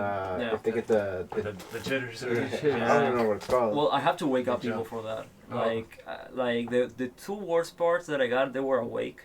I was tattooing my ex-fiance foot, so she was like tattooing over here, and I was so uncomfortable. So the thing is, like in the middle of that, she actually kicked, and I was like this, and I had to like I saw it coming, because like when you're tattooing, there's like something that you notice when the muscle is going to like do something. Spasm or whatever. Yeah, like you see it coming, and it's just like, and the foot went like on top of like, and I was like, okay, like you can like kick me in another moment, but like not right now. And then another one that I got, I was tattooing someone's knee, and yeah, and I hit something, and she threw like the knee up, and I also like I went like whoa, and like the line actually went like Wah! And I was like, fuck. But it was funny because like there was like people in the waiting room, and everybody saw like the knee going up, and then, like they were thinking like she hit me, and I was like, I'm fine. But sleeping, I have people like kicking for sure, and it's like, yo man. And you start like punching them on the leg. It's like, yo, like I need you up, and then sure, whatever. It's like, okay, it's all good. But happens if they can sleep better. So yeah. All right. Is there places on the body you don't recommend? Because a lot of people say the fingers just because it fades. I have the fingers. Okay. So the thing with the fingers definitely fades away. Like you're going to be like friction, touching, and all the shit. Like dishes, if you don't have like dishwasher, like there's so many things. Like on the fingers, it's definitely going to fade away. It's like a high friction area, so it's going to spread and it's going to fade away. So that's annoying. And the other thing that can happen, like I tend to don't recommend hands. I tend to don't recommend neck. It's kind of like a weird thing in there. Like some people can get it for sure, but like what you going to be doing on your life, you know? It's a high profile area, so everybody's going to be seeing that shit. Maybe it's not going to be like the best thing that you want to do, so yeah. They get the word goat on there. oh man, no regards. Throat, like, or no regards. Throat goat. Because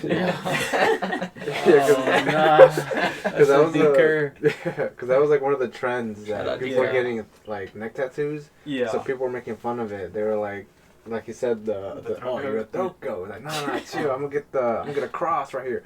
Oh, you got that holy throat. And it's like whatever he was saying, he was making it like sus. Yeah. But that was like or someone got limitless on there. Oh my god. Limitless? Yeah. You got that limitless thing. I mean, So that was like the thing, like, hey, you can't even get like neck tattoos anymore. well, my problem with neck tattoos is sometimes you see people that have like no tattoos at all, like the entire arms and they have like throat, hand, and it's like, ugh, man, like that's so bad. You're supposed to finish in those areas, not start it. Yeah. Like you definitely are doing it for the looks. For the attention. Yo, yeah. man, it's so bad. So I had a tattoo artist that did my first tattoo, the Master Chief.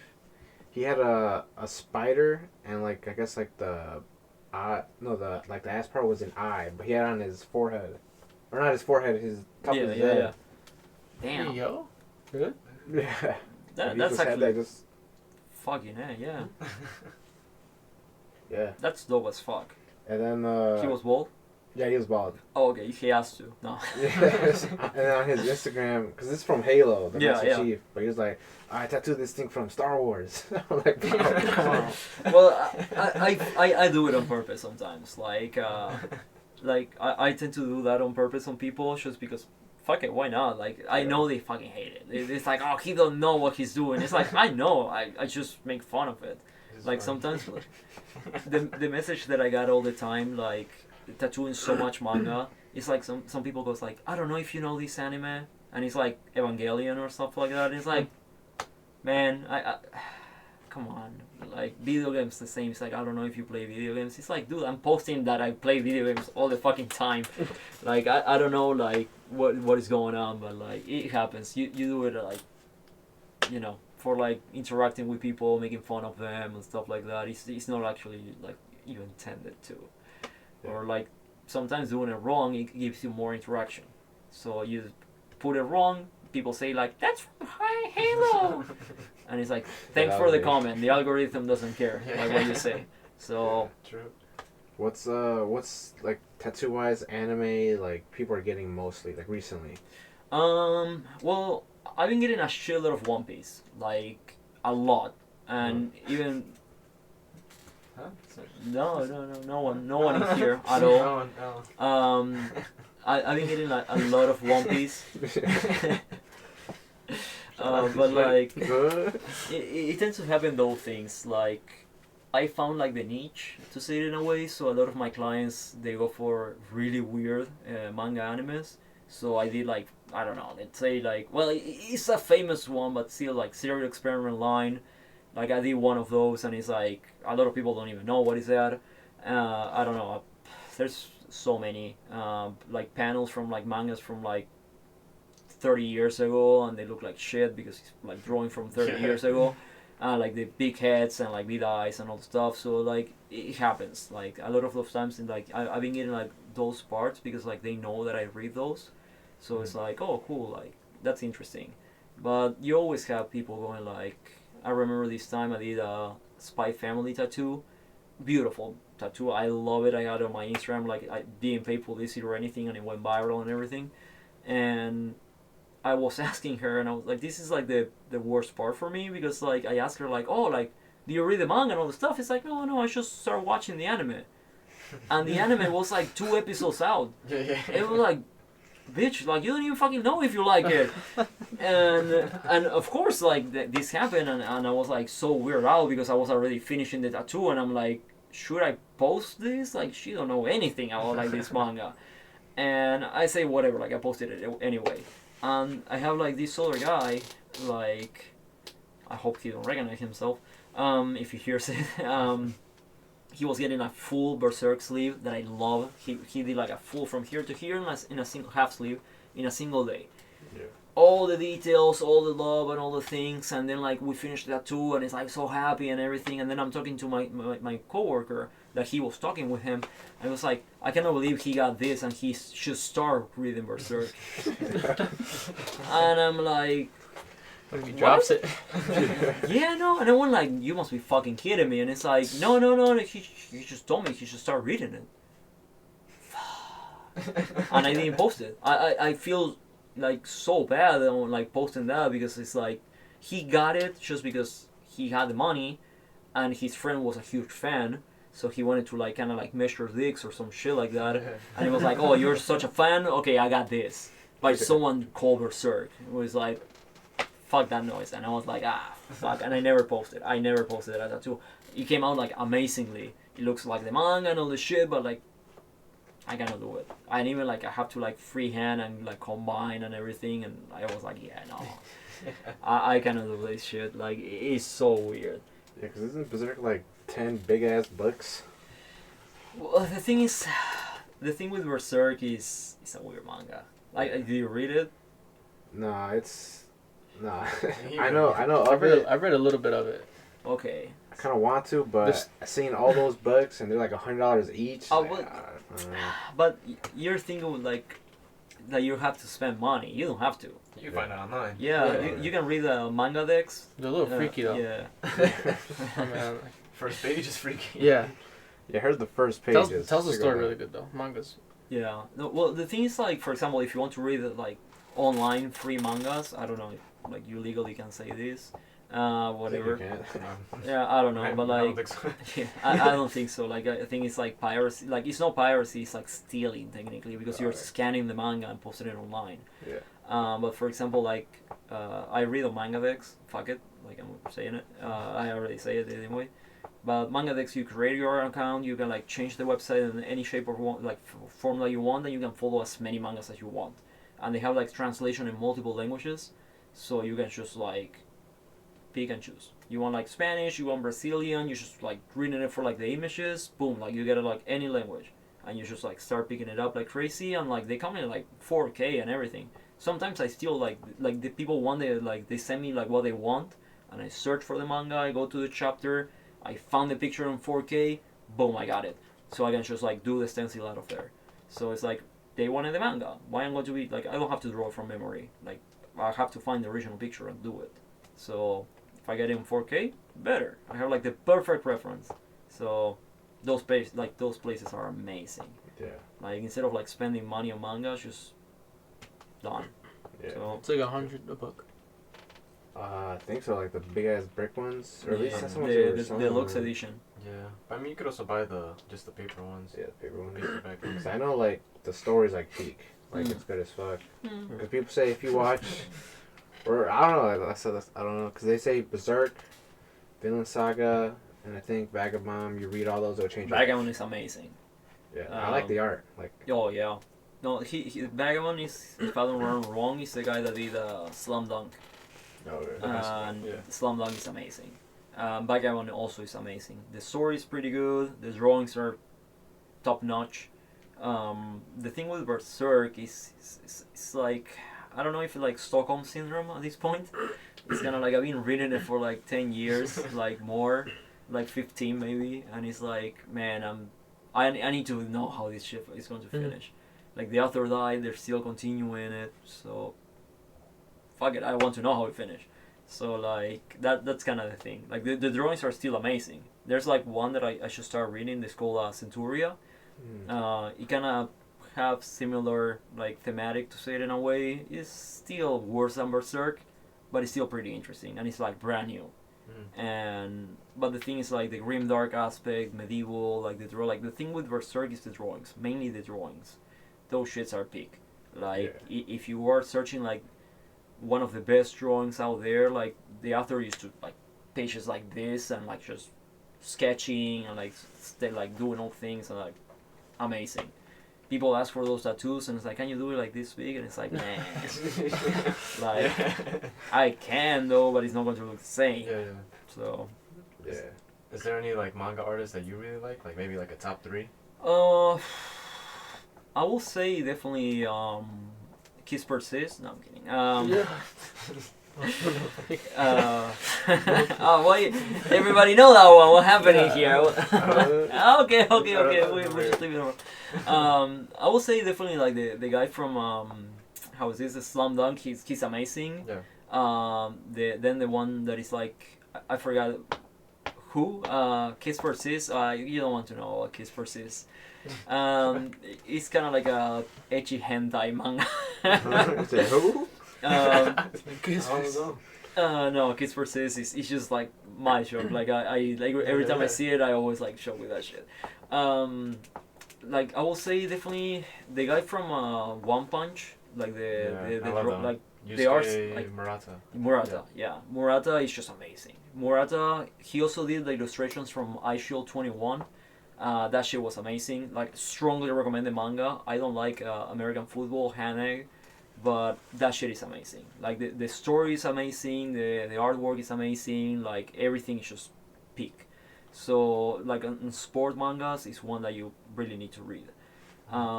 Murata is just 10 out of 10. Everybody knows Murata. Like he animates his own things. Like he's that good. Yeah. And then like another personal favorite, I will say the dude from Dan. He draws amazingly and he do it every week. and the manga looks 10 out of 10. I saw his like work outside the manga and all the stuff. He did like some artwork from other mangakas. He nailed it. I started reading other mangas just because he drew for it, and then it was like, okay, the original manga looks like shit compared to like whatever the fuck this guy did, but the story still was pretty good. But like this guy is amazing. He has like so much like tiny details and all the stuff that like you watch the anime, it looks amazing. You read the manga and you're like, okay, this doesn't reach the same type of energy and level. Well, it kind of does, but like, you know, it's just amazing. Not exactly the same. But yeah, I would say like one I recommend. I mean, he kind of got a few around here. Yeah. Like in Rocky? Oh, no. Rocky. Yeah. He's something else. Like, Yeah. Your Star Adventures, like, Yeah. yeah, no, I love his work. But like, Yeah. The my Wonder thing You is, right there. my thing Shadow with his Clusters. work is, he's a That's the really one from nice. Yeah. Colorist. Yeah. Oh, no, the colors are amazing. Yeah. Um, They're like vibrant this is- colors. Yeah. Yeah, that's the Wonder You. Well, all of that is like color theory, like how he like make it pop out and all the stuff. And this is something that you also find like a lot of like on miniature painters.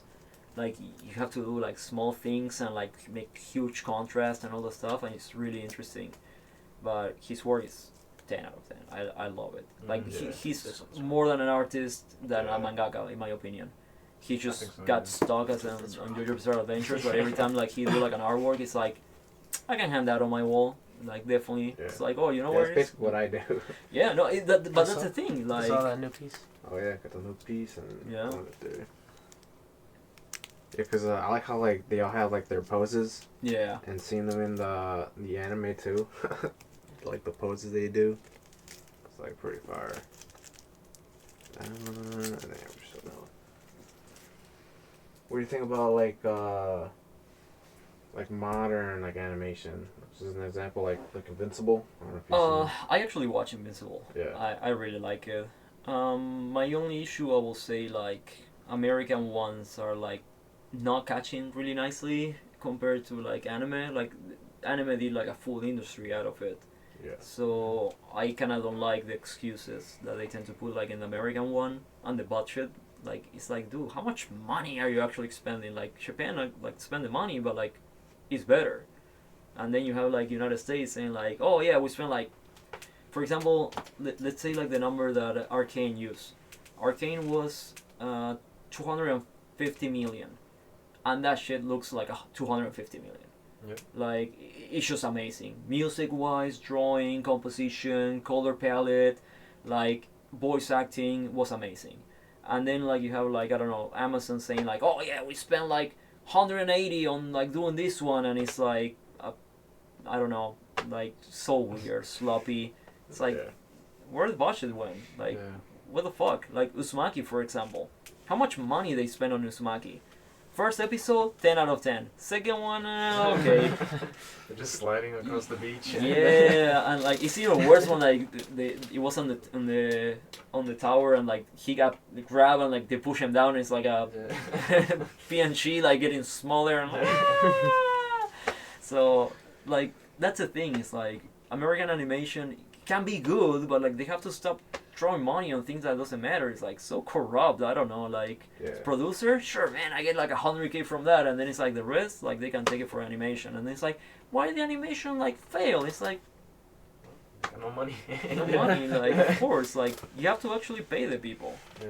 So Yeah. I don't know. It's so weird. Yeah, because I heard with the Uzumaki one, like, everyone was so hyped after that first episode, Yeah. saying like, how good it was, and then it all went downhill from there. Yeah, I know that was a really bad one, but things that happen. I don't, like sadly, he never got a proper Shunji Ito never got a proper animation. Like I cannot think on any example of a good anime with Shunji Ito work, just because like they don't understand how he works. Yeah. And that's like the main thing that a lot of people complain. It's just like, also like, how do you make like images like so important when like you have to animate everything? And that's why like the first episode was like pretty nice. They knew how to keep everything like realistically, because the concept of Shunji Ito is like grabbing all this realism and twist it into something that you don't understand. So to make that, you need the things to look realistic. So Chunshito actually works better as like as a movie, for example, than an anime. Like I understand that it's a manga, but like the idea is you feeling outside is the real world. If you're already outside because you're watching an anime, then you're failing, and that's why like the first episode works so nice. If you pay attention to it, like they do like the small movings and they're like breathing, and you feel like the people are alive compared to like other animes. Like that's why the first episode was so interesting compared to like something else.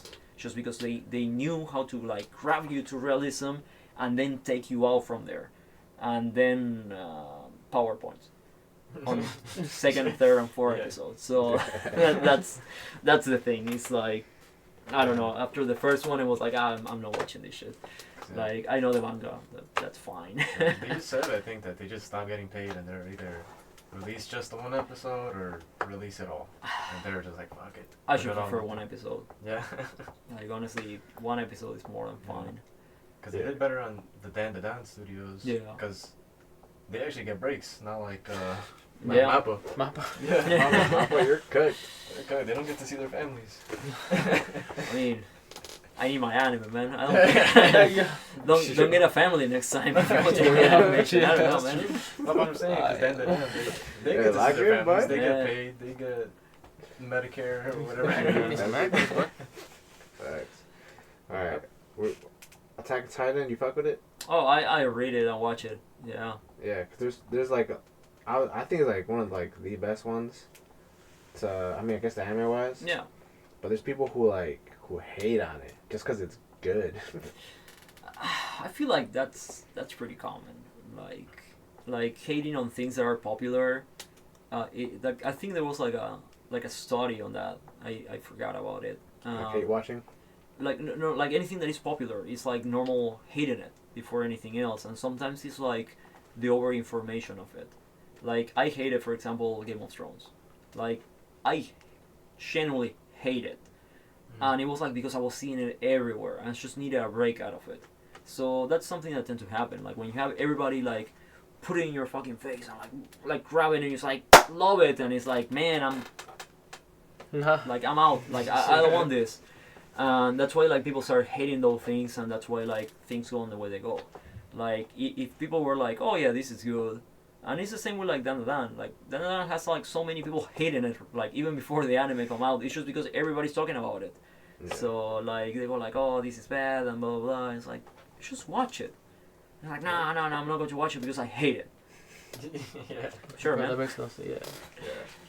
All right, is there an anime that sucks, like our style? Anime specifically Or mangas? There's the Rent a Girlfriend. I'm like 2 on 1. The manga and the anime. Rent a Girlfriend, I cannot believe that's getting a 4th season. Yeah. So and maybe it's going to get a 5th season. Like I don't understand how like Rent a Girlfriend actually is still around. I have that shit on my fireplace. I'm not lying. Like if you go to the studio, like we have the fireplace and Rent a Girlfriend is inside it. And people like look at it and they always take a picture because it's like, oh, I cannot believe it. It's like, And it never burns. well, it's like a LED, yeah, but yeah. like Yeah, I will I burn gotcha. it for sure. Like, fuck that noise. Like for like too many years was actually holding the bottom of the table. So like people didn't notice sometimes. It was like, oh, what a nice table, and I was like the manga Danny. down there like holding the Danny. weight, and it was I'll like. give you the manga. Good. Shout out Danny. Yeah, no, like, I hate that one. And I read it. I can say that I genuinely hate it because I read 300 chapters of that. Don't ask me how. Gotta push through. So if they come out with a new like manga chapter, you're gonna read it? No, I drop it. Oh, I one day, dude, it was like so pathetic. That was the issue. It was pathetic. Because I'm a huge fan of rom-com. I love rom-com. And I know like it's like 300 chapters before like they grab hands. I know I'm going to die for that. Like I don't care. Like I love that concept. It's like I don't know, like something around it. It's like oh the tension when they're actually going to like touch their hands. It's stupid. But I love it. So I was like okay, 200 episodes, kinda normal, whatever. But when the dude was like with a fucking erection, imagining her getting fucked by someone else, that's when I crossed the line. I was like, okay, like, this is dog shit. So, I cannot do that. Like, that was, like, too much for me. It was like, this is not going anywhere. Like, the author is, like, also, like, super crazy and all the things. So, like, I couldn't handle it. It was, like, too much for me. I just decided to drop it all at once. It's like, this is garbage. And people that like it, they're doing it for the, like, shits and giggles. Because, like, this is horrible. Yeah. Man. So, me, you, and I think Danny, we saw Gantz on Netflix. Yeah.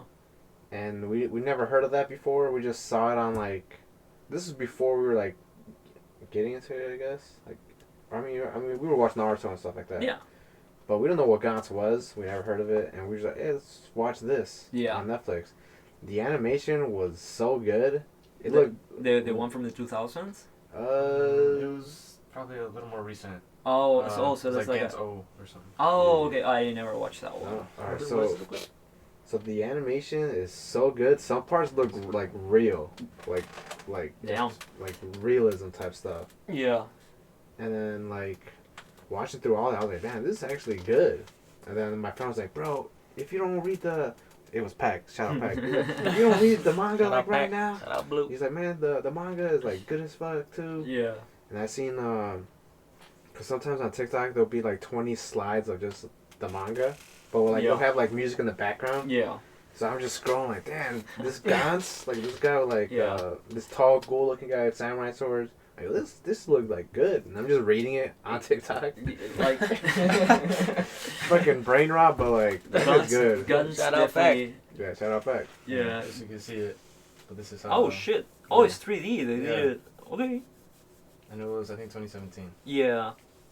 Okay. Yeah. No. Like Yeah. Guns. I watched the original one. Like back on the days, it was so bizarre. Also because like like people die like crazy, and then like like they can revive them and all the stuff. But I remember like Yeah, it's anime.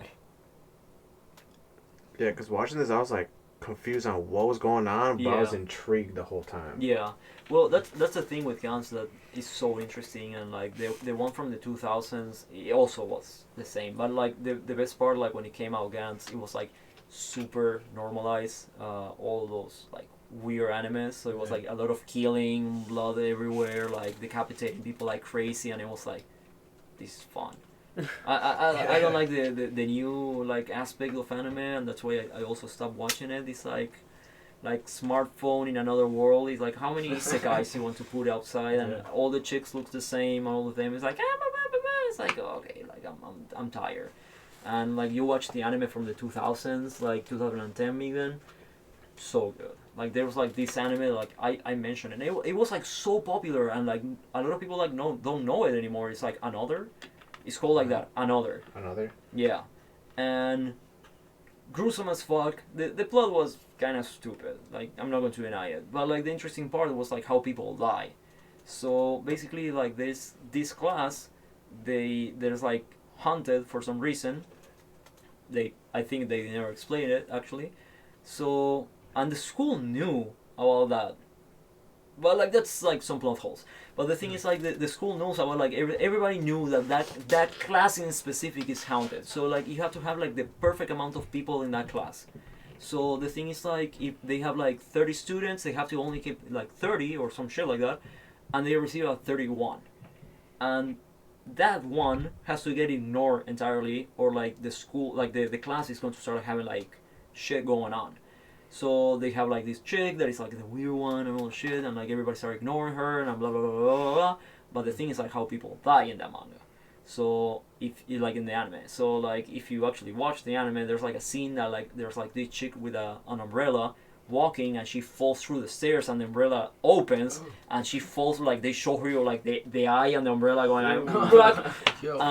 and this was like 2012 maybe. And that shit was amazing. That was like, like it's not that old, but like everybody was talking about that manga and that anime, and it was so good. And they don't do things like that anymore. Now like they try to keep it like safe-ish, or like they're like really into more one area than other. But like anime back then, it was wild, really wild. So I grew up with like Ria's Creamery, like Chi-Chi's, like my face, like all, and I was like, I don't know, 13, you're like, whoa! So, Yeah. I think Uzumaki was their best shot of the modern, like crazy stuff, and I guess they just ruined it. I'm pretty sure they did. The thing was like, I love Shunji Ito, like I love his work. I hate his stories. Some of them are like too long, like the one with the chick, I forgot her name. They did like a special episode of that one. But the thing with like Shunji Ito is like everybody loves the drawings, like nobody remembers the story, and that's like the funny part. So Sumaki was actually like the best one. That it was like a little like long. I honestly didn't like it. Like halfway through the manga, it's like okay, I get it. Where you going? It's interesting, but like you're just showing me fucked up things. Like you can do it with like random things instead of like being in the same place, and also like always the protagonist. But I don't know. They got the chance. Though 4 episodes would be like amazing if they actually like cut it like where they need it, but they didn't, and that's why like they I don't know.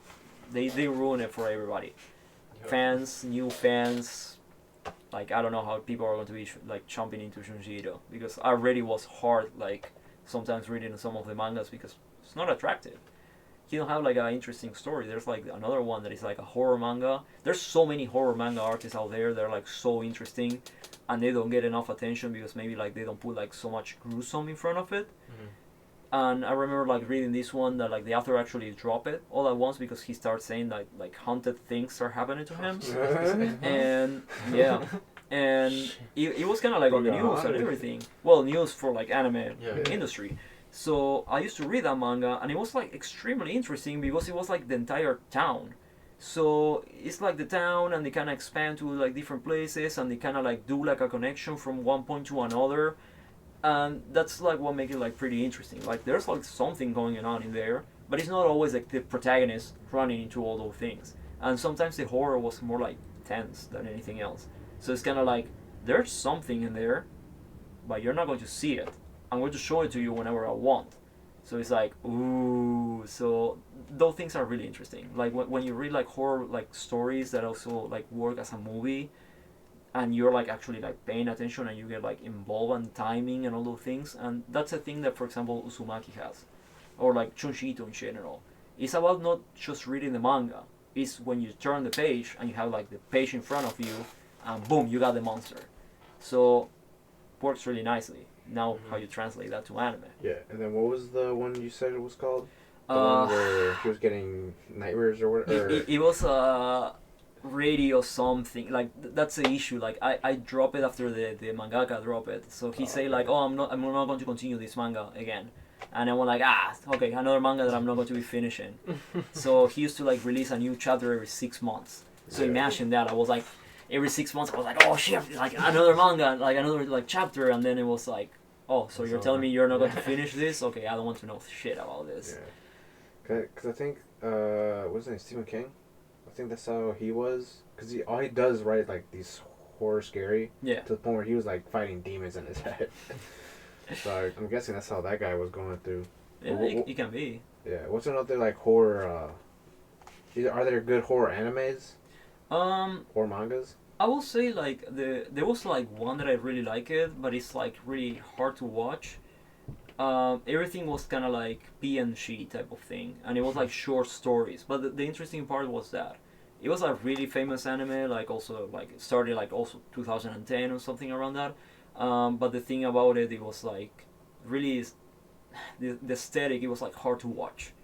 It was kind of like you have to like the characters, like always like being like this and like going like oh, no, and it was like okay, like I see where she's going, but like story wise was really interesting because it was like everything yokais and stuff like that, and then you have like the most horrific manga like anime ever, ghost stories, like that shit is wild. Yeah. You guys don't know that one? No. Oh my god. Wait, what's it called? Ghost stories. Ghost stories? I think I've seen it like pop up a few times, but I haven't got to it. So they like the American version is a good one. I don't know if I should spoil it or like, but Ghost Stories it's like a classic. And where can you watch this? I think it's like even on YouTube. Like Right, you can watch it like a Crunchyroll and had it for free, like no ads or anything. I watched it in there like last time, but the American version, like they ruined the entire like. Oh, Like so you gotta find the Japanese one. no, you have to No, watch the American Not version. like Oh. the dub version of Yeah. what they say and stuff. Yeah, I think Danny saw it. Danny. So I don't know if he's yeah, still there. Ghost but he Stories? was. yeah, Ghost Ghost Stories Stories. is just a classic. It has like so many like I don't know. They call it like they changed the characters like things except the monsters. They changed everything except like that, and like they start calling each other like dumb shit in English of course, and like I don't know, like they make the younger brother of the female protagonist retard basically, and they call him retard all the fucking time. So like it is everything like that.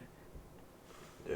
No, sir. No, He sir. did. Oh, he was man. He was telling us about it. Ghost Stories is like Yeah, best anime English, ever. though. No, English. I watched it in Spanish actually. It was decent. It was a nice anime, but like the American one. Yeah, because my friend, he'll watch animes in Spanish too. I'm Oh, like, Wait, yeah. who? like, Pack. Really? He'll watch them in Spanish. Damn. I'm like, bro, if you don't watch it. Yo, shout out Pack. Yeah, shout out Pack. Why did you Now, do that? like the thing, like what I like, I don't know. No, I no, never no, watch no, in English. dude. I don't. I hate American dub. I like it's so bad.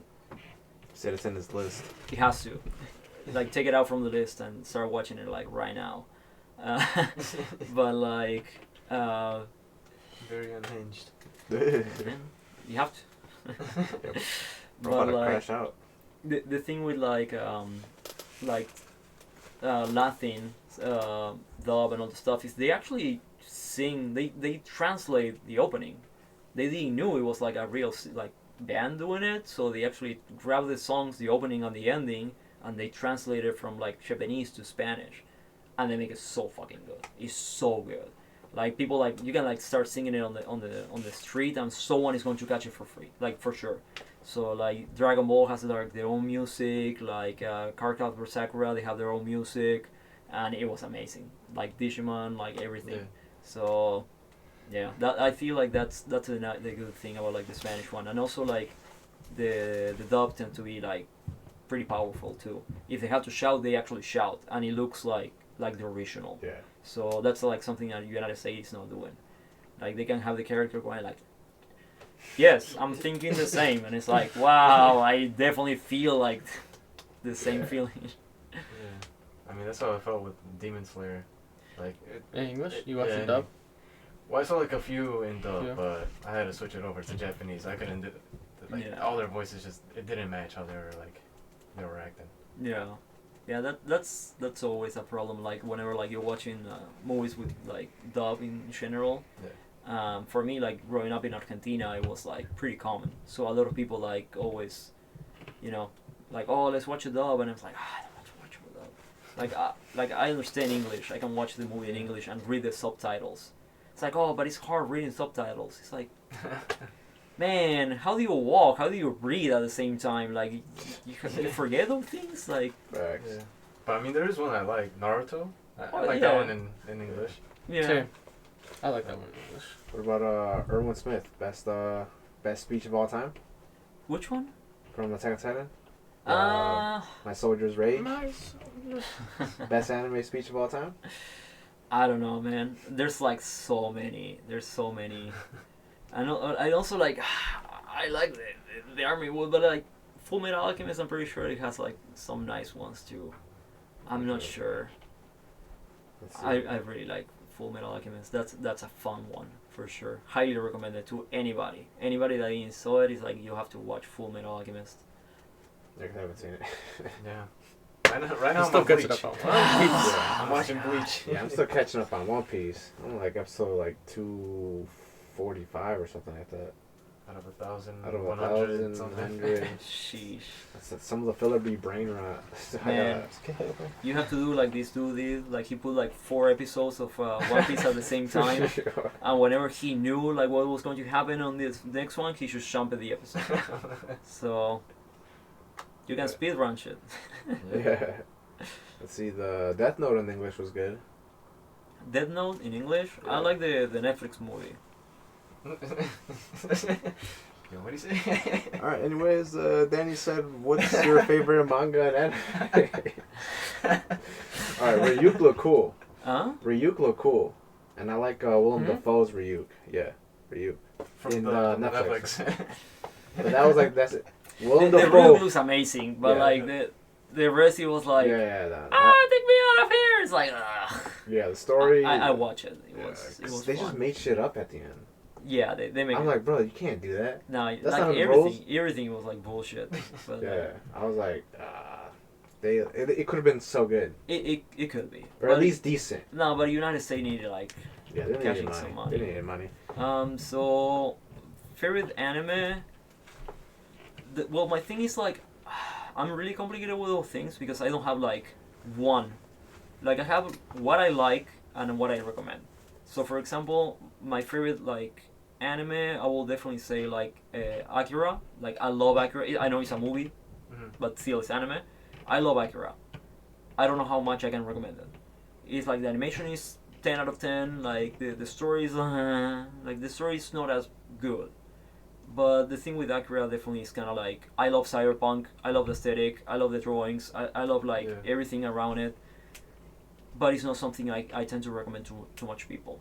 The same happened kind of with Berserk. Like a lot of people assume that like my favorite manga is like Berserk, and it's kind of like yeah I like it, but also it's hard to recommend sometimes. It's like it's not finished.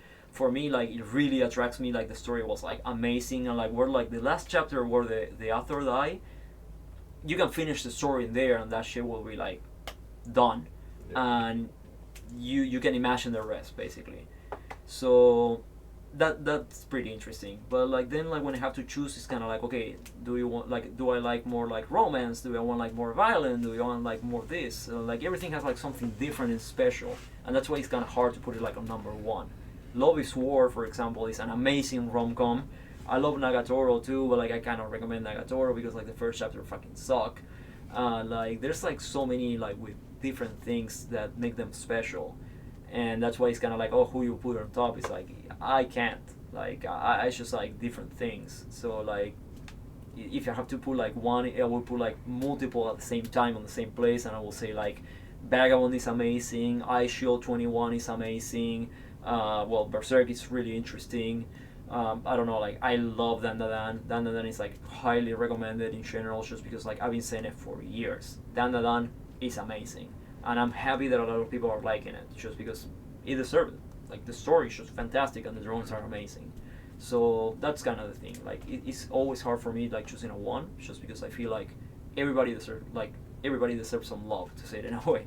Like putting one is kind of like I'm just logging myself into like something that maybe like doesn't cover everybody's necessities. So Pum Pum, for example, I love Pum Pum, but like I cannot recommend Pum Pum. Like you need mental health if you feel like Pum Pum. And then on Instagram you had the manga recommendations. Are you still gonna be doing that? Well, I used to do the Monday night manga recommendation, but the thing is like I stopped finding good mangas. Like I used to read so many mangas. I have like a list of 400, and I used to read at least 40 at the same time. And it's just because it was like weekly, some of them, and others are like monthly. Maybe I'm like chumping mangas in there because like being monthly, because maybe I forget about it. So for example, like I used to read Chainsaw Man, and sometimes Chainsaw Man, I almost dropped it, Chainsaw Man, like when it was just starting. It's just because it was so fucking slow. Like 6 months passed because like the guy like was like taking breaks, or like the episodes was every like 1 month, and I was stuck in the fucking hotel. And for me, like the hotel was like so long because I was reading it weekly, and the motherfucker didn't like put a new chapter for like 3 weeks. Yeah. So we are still stuck in the hotel, and it was like boring as fuck. And that's like something that used to happen a lot. Like sometimes you don't know if the manga is going to be good, and how can I recommend something that later is going to be horrible and like so boring. So I recommended like a lot of really old mangas. Like Ichi the Killer is like a classic. It's from the 90s. I think it got like also like a 2000 movie, and that shit is bizarre as fuck. Basically like it's two protagonists. One is a mafia guy that has like his fucking mouth completely open, and he only like keep it attached by like 2 piercings in here. And the protagonist Ichi, like one, he's like the number 1 killer. So the guy is like the mafia guy is obsessed with pain, and the killer basically I'm not going to spoil too much, but the thing is like he cries and gets an erection every time he kills someone. Yeah, it is so bizarre. But the thing is like that shit is like super fucking interesting, and it's like one manga from the 90s. Then there's like this other one that is like I don't remember who did this one, but it's so good.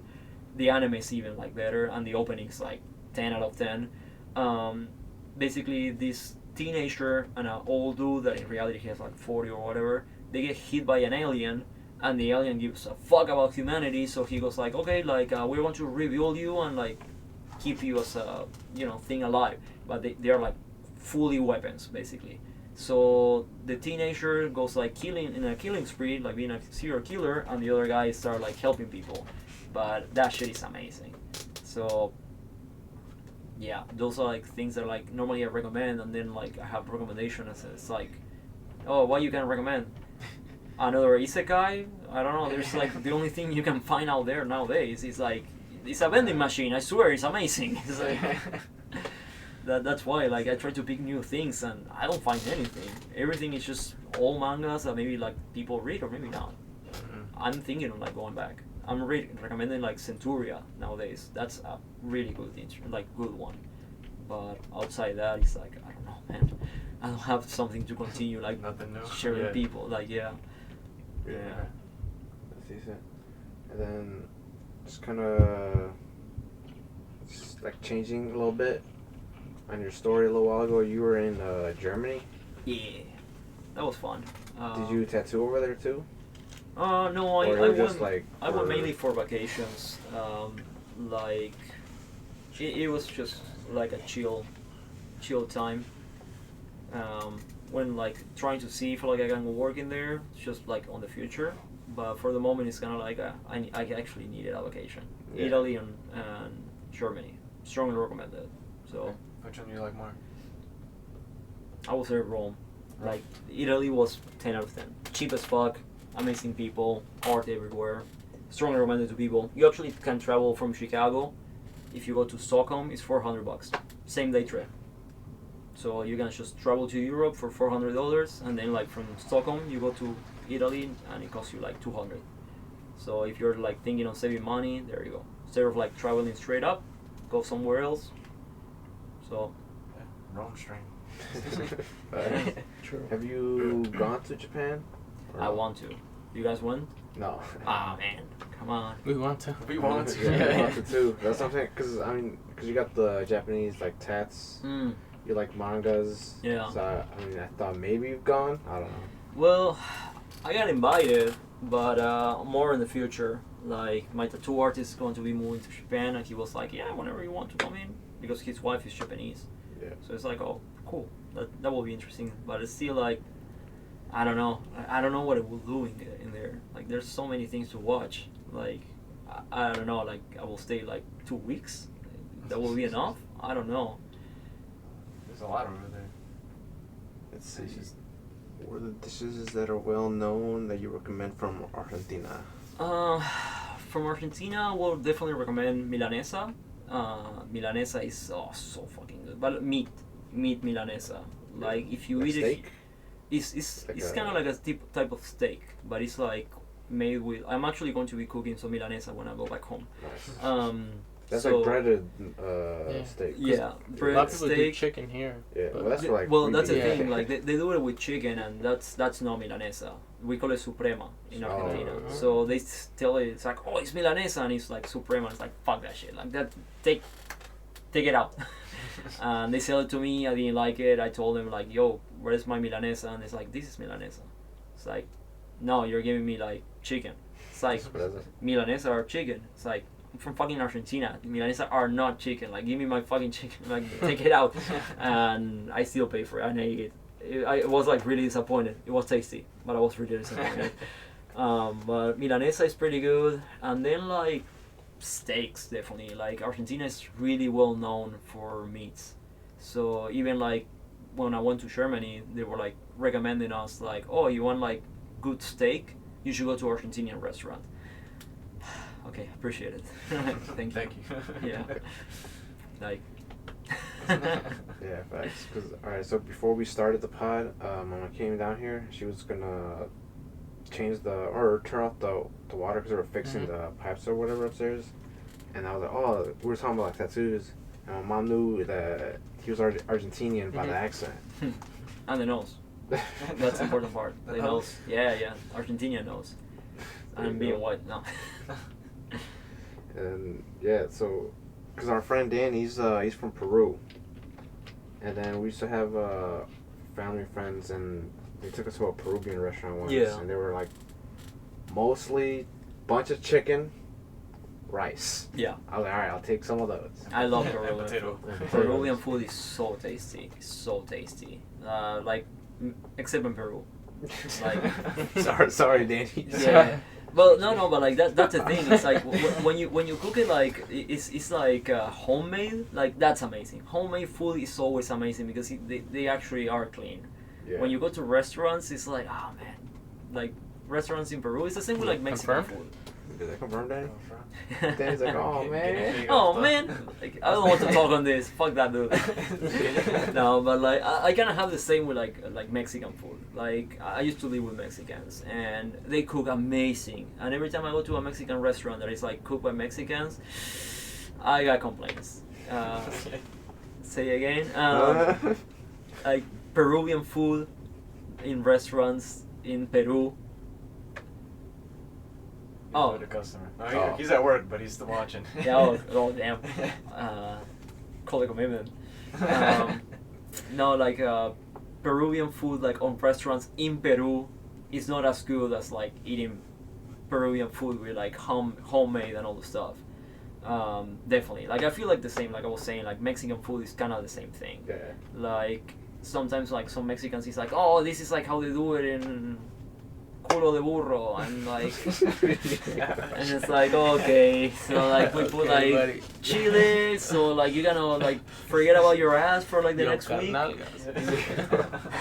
Yeah, he said, yeah, it has to be street made by love. Yeah, no, they make you love on the street. That is different. Like you like jump in the wrong alley and like you get fucked. But like that's kind of the situation. Like like in Argentina, like I like food in Argentina. Like you go eating pizza and those motherfuckers serve you like real pizza. But other places are just disgusting. Yeah. Like Argentinian food sometimes, like depending where you go, it can be really bad. Really bad. And then you go to like this tiny like restaurant that only like 10 people can sit at a time, and you get like the best pizza of your life. And I still remember it till to this day. I don't remember the name of the place, but like Nothing tops it here. Oh, nothing. Damn. It was like the cheese. It was like the dough. Everything was like. That's a secret recipe. Man, like I don't know the names. Like I don't know how they're called like the cities in like Mexico. Like It'll be something like that. yeah, for sure. Like I bet we got some stupid names in Argentina too. So like when I was in Mexico City, yeah. the steakhouse we went to, so good. It was all from Argentina. Oh really? It was like, oh, I want. I appreciate it. It was so good, bro. So good. Drinks to have in Argentina, I will say it depends. Like, I will definitely go for like Fernet. Fernet with Coca-Cola is like the best shit like you can be drinking in Argentina, but it's kind of like recommending people Malort, you know? It's kind of like, even like people from Chicago have like a hard time drinking it, but like more than Malort, like I will say it's so... Malort is such... like do you like Malort? No. No? 2 streams ago, we did just drinking Malort here. Oh my god. A whole bottle. Yeah. Full. Oh my god, that's so horrible. Yeah, because one of our friends, he was sounding like he hated it, but he was drinking it so much that he started liking it. Yeah, well, that's the thing. Like, Fernet is kind of the same situation, but like with the Coke, it's better. You're not supposed to drink it alone. If you drink it alone, it's just like for your stomach, and you drink one. Like you do a shot, boom, fine. But like when you drink like Fernet, like you can drink like a full bottle, like no troubles, and that's like the best part of like in Argentina. Like when you buy beer and stuff like that, they sell you to like on bottles. So sometimes the bottle is just for you, and it's like a fucking huge bottle, and you're like drinking that thing like all day long. Well, all day long now. Like if you're in Argentina, you're going to be drinking at least 6.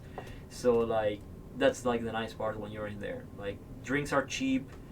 People are fucking amazing, and even if you're like from first world country, people are like, no, I buy you the drink. I work for that, So I went, like, people knew that I was from United States, like I was like living here, and like they were like, I don't care, I'm getting you the drinks, and I was like, sure, man, appreciate it. Like, this is like $1, but like, sure, I take it. And that's like another thing, like the sharing and all the stuff. But Fernet is my personal favorite. I love Fernet. I still drink it at home. I think I prepare like amazingly, just because like I used to work as a barman, so it was like, okay, like this is like the perfect amount, but it's kind of too strong for some people. Like I do it like right on the limit of like when it's like disgusting and like still you get like fucked up. So that's why like maybe like too much people like it's not going to be nice. And you get this at any like liquor store or? No, not even a liquor store. You can go to like Target and they sell it in there. Oh, they sell it. Yeah. Oh, okay. So women? Uh-huh. He said because Peruvian women are ugly. Oh man, like no doubt about that. I'm sorry. I will say like Peruvians in general, but like I'm trying to be nice.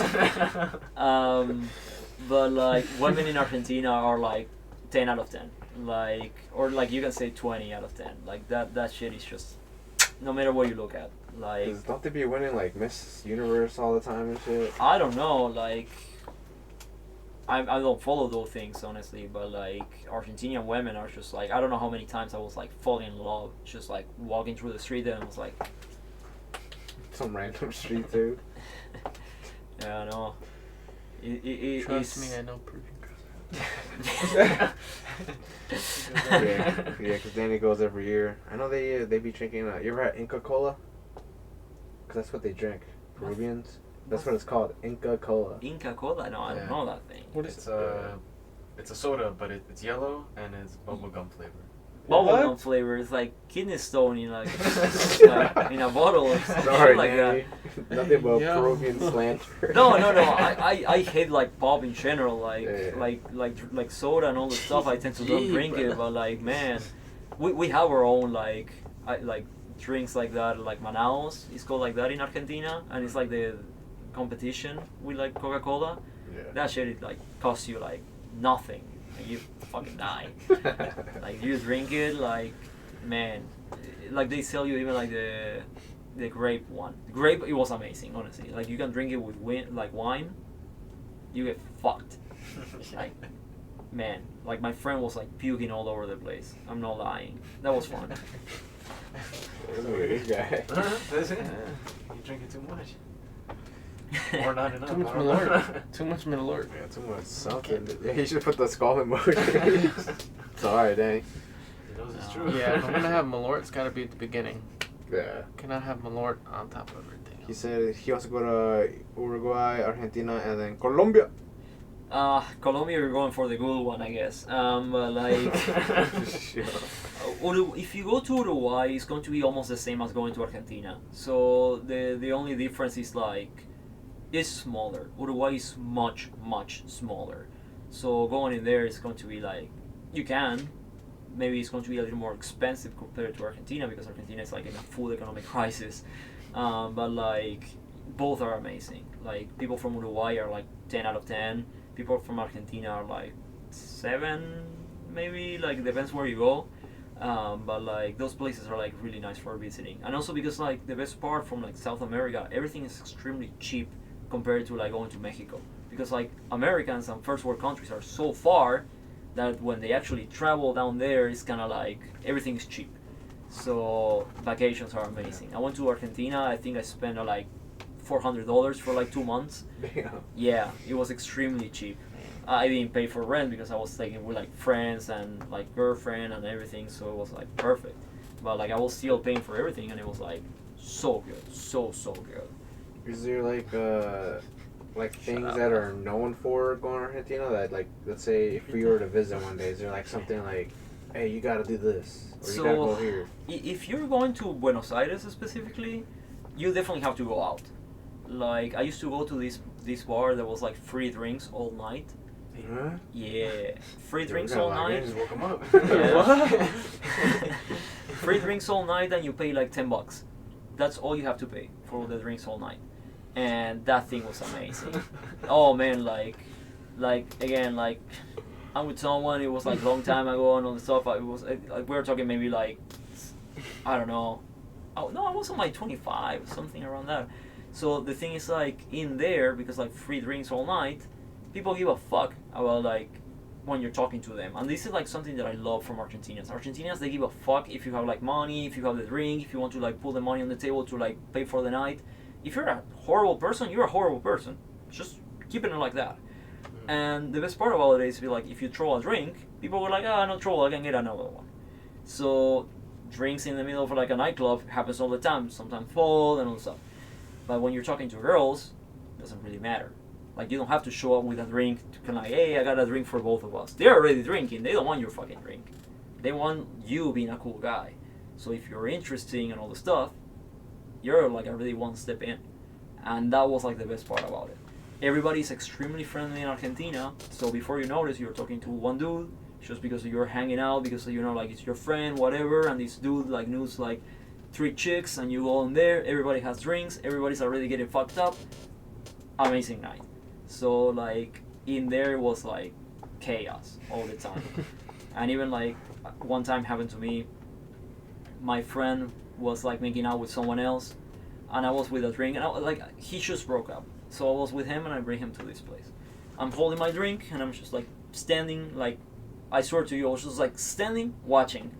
He was like making out and all this shit, and I was like just sure whatever. Whenever you finish, like I take you around because I knew like a lot of people.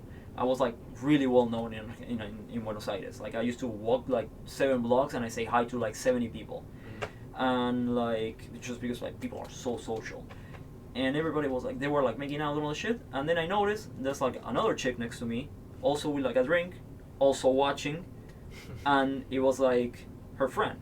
So I'm like, so how's the weather? You know, like I give a fuck about her. Like I don't care anything about her. I was just like waiting for my friend. Like it's like whatever. I'm just trying to spend like time.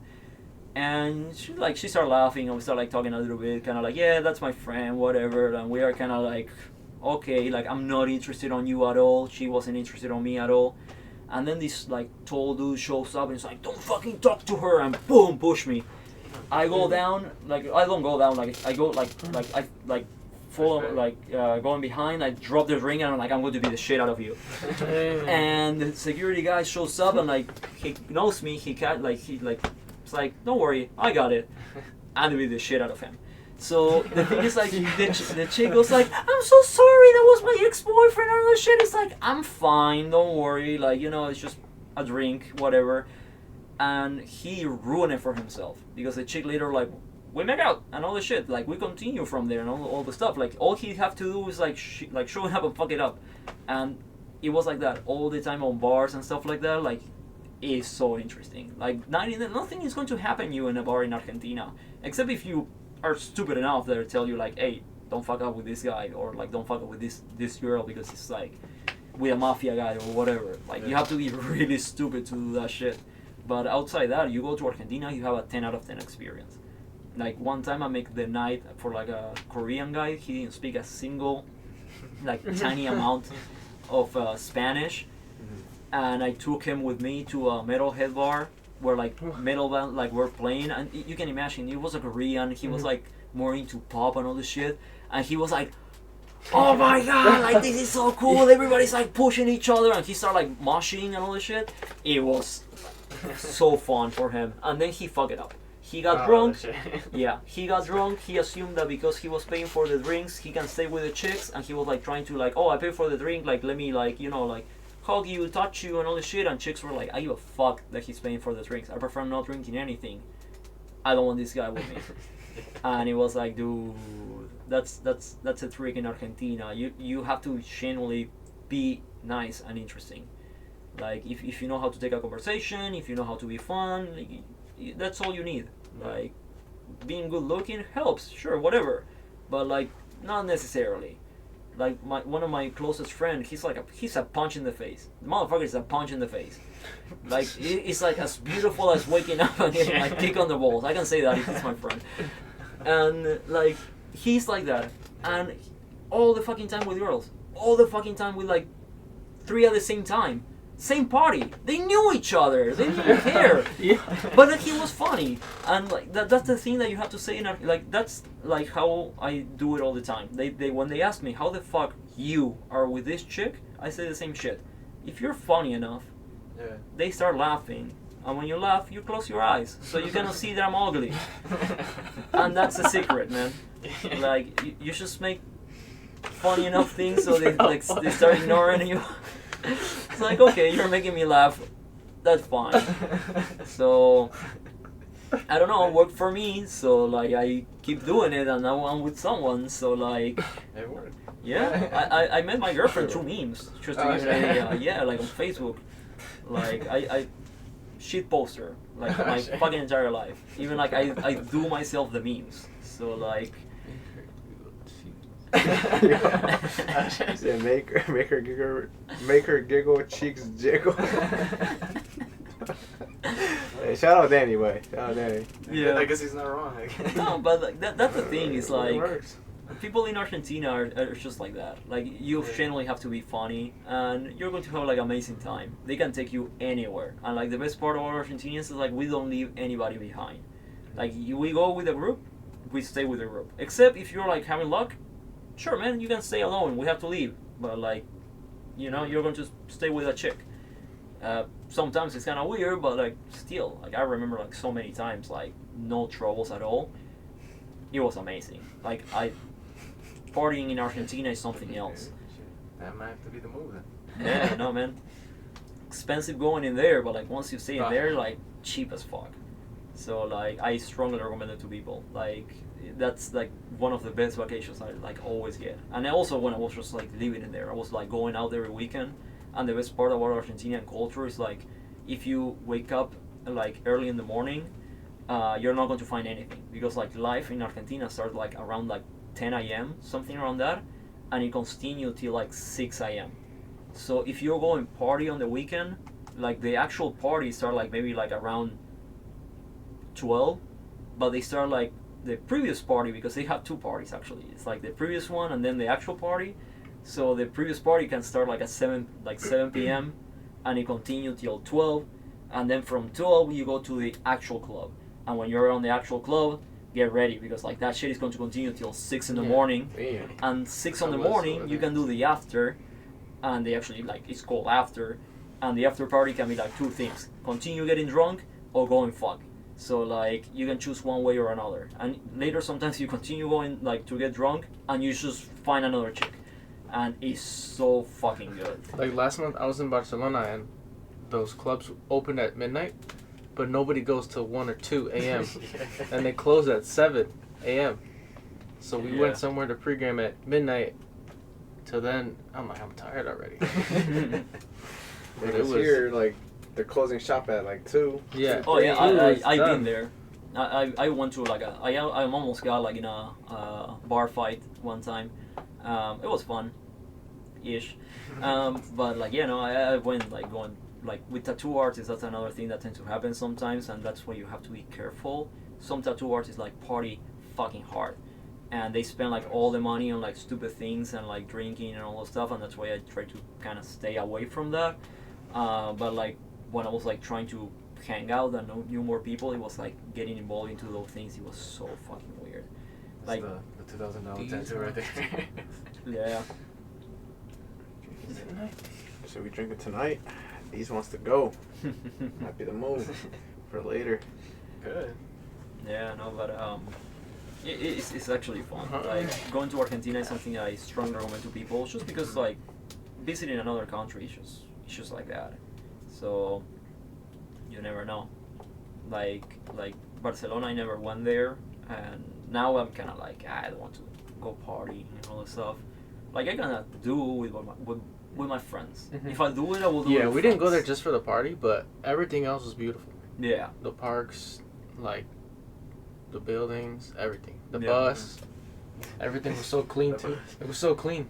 What do you So- mean? They don't have someone peeing on the train? No, it was so clean where I was. They're missing the Chicago experience. No crackhead. That's why I was like, I was looking. I'm like, there's no rats.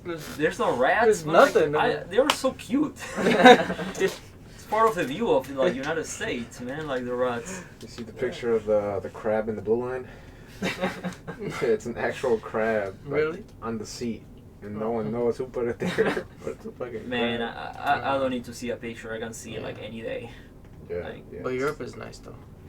Yeah, Europe is beautiful. Europe is beautiful. United States is like slowly. So yeah, no, but like definitely, it's something else. Like when you're living like in a culture that is also so lazy, like Argentina.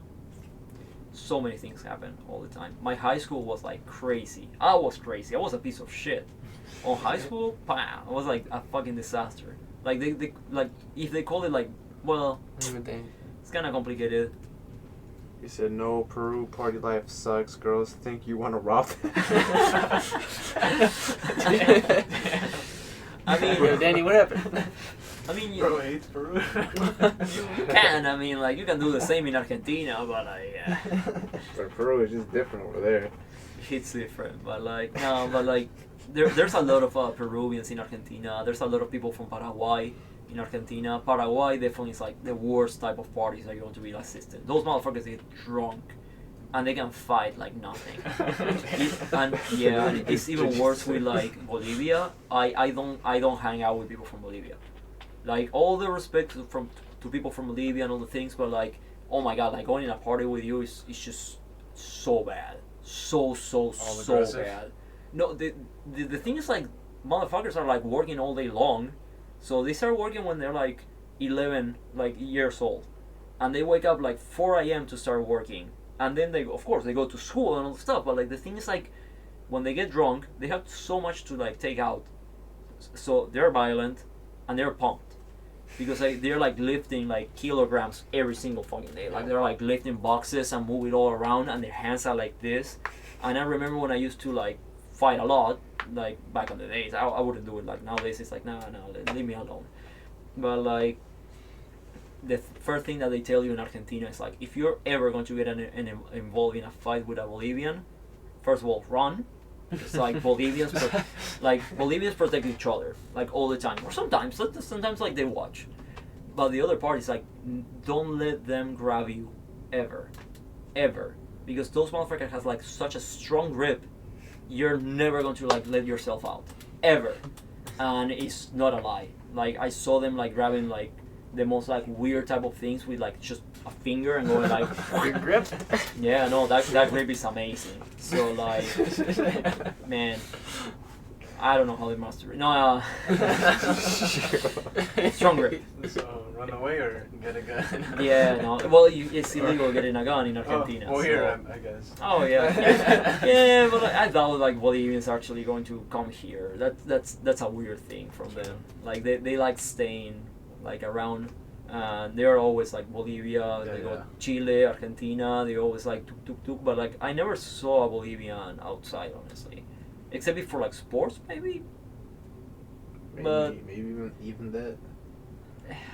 I don't know, man. They gotta play football then. Yeah, but like they're not even good on that. So, I mean they're okay. The Bolivia's like pretty strong, but like. Yeah, like football is always like a reason for like people from Latin America to leave the country. So, Would you say Messi's like your guys' like savior? Definitely like the situation with Messi is interesting because the country doesn't have anything else. So like, The Pope. fuck the Pope. Like the Pope gives a fuck about Argentina. So like he don't care about us, we don't care about him. So it's mutual. But the thing with Messi and like football in Argentina is like Argentina is so corrupted and has like economic crisis like behind economic crisis all the time that it's like what else do we have? You said the steak? Well, we have the steak, but like we cannot afford it. If we're poor, we cannot have steak, and so we don't have. Well, yeah, the girls can be. And Messi, yeah. Steak, girls, and Messi. And the big nose. There you go. And funny accents. But like that's the thing. It's like you can try different things to like have fun in there. Like Messi is huge because like everybody grew up on sports. And, like watching football is like the only time that you actually can watch Argentina winning. So it's like well, not all the time because a lot of people like over exaggerate Argentina actually winning, but it's like Not really. Like I've been watching like Messi like playing since he started. He was losing all the fucking time. So like he was amazing on Barcelona, and then like they were like dropping his ass all the fucking time. I have to go to Machu Picchu. Yeah. Peru has Machu Picchu. That's That's it. it. Now, Yeah, the island in the clouds, or the city in the clouds, or whatever. yeah. That's like, and Inca Cola. And Inca Cola and Machu Right. Picchu. That's all you need in Peru. And food. Scared girls. Scared girls. Yeah, because even South Park, they made fun of like Peruvians, and my friend was like, "Bro, come on, we don't even look like that." The boat bands, they got those. Yeah, no, like I don't remember like in Argentina seeing. Well, I remember like the restaurants in like from Peruvian like restaurants in Argentina. They're like fantastic, and they sell like the food by kilogram, so it's even better. But then like, there's not too much Peruvian. There's more Bolivians in Argentina than anything else. So they are not cute. Just in case, they are not cute. Now the chicks from Paraguay, that's different. Chicks from Paraguay, nice. Yeah. Peruvians girls. Well, interesting fact, like Paraguay almost like they have like a shortage of on men for like way too many years. Yeah. Because they have like a war and they send all the men to and they all die. So the radio was always like Yeah. Yeah. I think that's how Japan is too, right? Well, no, I think they just said stop having kids. No, also that. Yeah, that's true. He said Brazil. Do you know about Brazil? Fuck Brazil. Nah, but like Brazil is cool. It's pretty cool. Like the only issue is like you're in Latin America and you speak Portuguese. And, like, What are you doing? yeah, what you doing? Learn Spanish. Yeah, speak Spanish. Like I got so many Americans going like, "Oh, you're from South America. You're from Argentina. You speak Portuguese." It's like, fuck off. There's only one country in South America that speak Portuguese. It's like, man, like you're from the United States. You speak French. It's like, how much people? Well, like no one can be that. Well, an American can be that stupid, I guess. Like some blonde chick. It all circles back to that Yeah, one bond. girl. everything circles back to the beginning. Yeah. Because Brazil, all they got is Rio and Dominic Toretto. Dominic Toretto? Fair. On the Redeemer. That's the Redeemer. Yeah. Fair. Yeah, I said Dom. Family. From, Fast and Furious. Yeah. That's family. The Well, favelas. Yeah. Family. The Favelas. favelas. All they got Charles the Bronx. Favelas, Huh? trash on the streets. the favelas in Brazil are so fucked up. Like they are fucked up. But like we have the Fucked Villa up. in Argentina. That's what it's called. Like the concept of favela in yes, it's Villa in Alex Argentina. Charles. Yeah. Carnival. Oh yeah, they have the carnival in. What they don't got anymore is the Rio Birds. What is that? They got the Amazon, right? Booty. They have a lot of booty. in Brazil. That's true. BBL. BBL. Yeah, they got BBL in Brazil. It's the B. And gangs. But those are the villas. No, but like Rio, you see the movie? Rio? That's Rio, with yeah. the blue birds. Yeah. They went extinct. Yes. It's Fuck like those birds. the thing is, For some random reason. Like I like them, but like no, fuck them. They're fully extinct now? yeah, I think so. Because Oh, I think they found one, and they got them together, and then they were just extinct. I don't know what happened. Or, They eat them. Or mods? Am I capping? I don't know where my mods I at. thought they were still I don't chilling. know, it's the same. Yeah, but Yeah. like we can bullshit out. Like we don't need someone to correct us and like search it. It's like yeah, leave it out, leave it like that. So yeah, they went extinct because they are tasty. Yeah, I got it more. And then Argentina, is it like? Cause I have no idea how it looks over there. Is it more like? Do they have a city, or no? I have no idea. Sure. Buenos Aires. You can be whatever you want, man. You never saw it, so. So. No fact check. No fact check. Yeah, my mods aren't gonna fact check Looks it, so like I'll take your word for The it. painting. No, I'm saying, like- yeah, no, it looks like the painting. Yeah, Like no. that- Well, the reason I say that is because in Peru they got the Amazon also, Yeah, and Brazil got it also. yeah, no, Brazil They is got part So they got mainly the Amazon, so it's more like Well, they got like the rainforest, obviously, but is Argentina a little more tropical, or is it like So Argentina is mountainous? I don't remember the word in English. It's llanura. So it's kind of like little mountain, but like little, but not in the main city. Like if you go to Buenos Aires, actually Buenos Aires has like the biggest avenue on the world. It's like 14 lines, like 7 each way, and they go next to the obelisco, so like the downtown of the city. But the things that are like a lot of things, and I can confirm this is 100%. When I went to Rome, it was like being in Argentina. So like what happened in Argentina for like World War One, World War Two, a lot of people from Europe went to Argentina, and it was people with money. So they start like being architects and building and doing all the things like in the way that they wanted. So like the main areas of Buenos Aires, like the basically like it's called Puerto, like they call it like that, like the port area, because it was like the most richest part. That shit, it was like looking exactly like Europe. That shit looks exactly like Europe. You go walking through the streets. First of all, like they're like really small and everything, kind of like same like as Rome. But like you look at the front of the buildings, beautiful statues, like fully like all the shit around, and it's like that's amazing. And then you walk outside a little bit more, and you're in the ghetto. So like, yeah, like I used to live on that area of Buenos Aires. So that it was like the hard one. So it was fine, but like, you know. Nothing bad ever happened to you, or no? I got stabbed. I got stabbed in Argentina, like on the side. But like I'm pretty lucky. I don't have like too much scars either, and also like it wasn't like anything important. It was just like fatness. Well, I'm not fat, but like it was like on the fat area, like muscle, whatever. So how'd that go down? Just like. So, I used to be involved in a lot of like knife fight.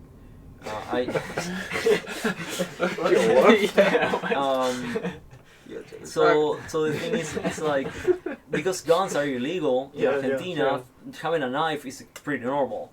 So only like real criminals have like a knife and like a gun and everything. I don't know if they work, but like they have a gun. So the thing is, like I used to go with a knife all the time, because I used to go with a knife all the time. Like I used being invited into like, okay, like, oh, you're like stealing me with a knife. Okay, I'm taking out my knife. And that's kind of the thing. Sometimes people go like, okay, you have a knife too, I don't want to fight, like leave it like that. And other times it's like, okay, I'm going to like still stab you. And so that's like one of the problems. But like the other part in Argentina that tends to happen is like actually like, if I don't remember wrong, the national fight of Argentina is actually knife fight. So like the fighting style is like like you involve your jacket on your arm, and like you have like the knife on the other, and like you have to like. So there's like techniques for that shit, and like you're supposed to like go for like cuttings and all the stuff. You go for cuttings and all the shit, and like there used to be like this sign of like when you aim for the face, it's like when like the fight finish.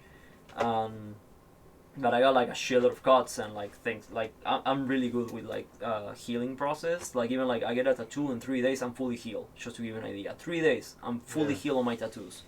And I used to have like a bunch of scars on like arms and stuff like that. Like I used to have like a huge one in here, but like just disappeared. I don't know why. Honestly, I have like stupid ones like for my cat, for example. But I don't have like I got cut on my face. Like I'm not lying to you. I almost like lose the fucking eye.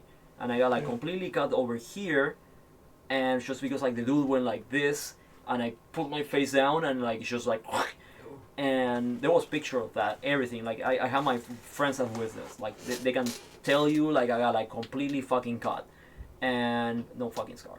And I'm like, come on, like can you imagine like a natural like cut from a knife, and like you get like fucking like badass scar on your face, and you don't have it. Euro cut. It would be amazing. I would be so happy if I still have that shit. And it like, nope, it's just healed and it disappeared. And like, I will have to tattoo it. But like, it was pretty normal. And like a lot of like fist fight, a bunch of fist fight. I used to like fight all the time when I was younger. Just because it's like that. Like the nice part about Argentina was like the respect that they used to be, not anymore. But back in the days when you're in a fight and you're like with your friends, for example, let's say like we're the 4 of us and I have beef with someone else and they are like 7 of them.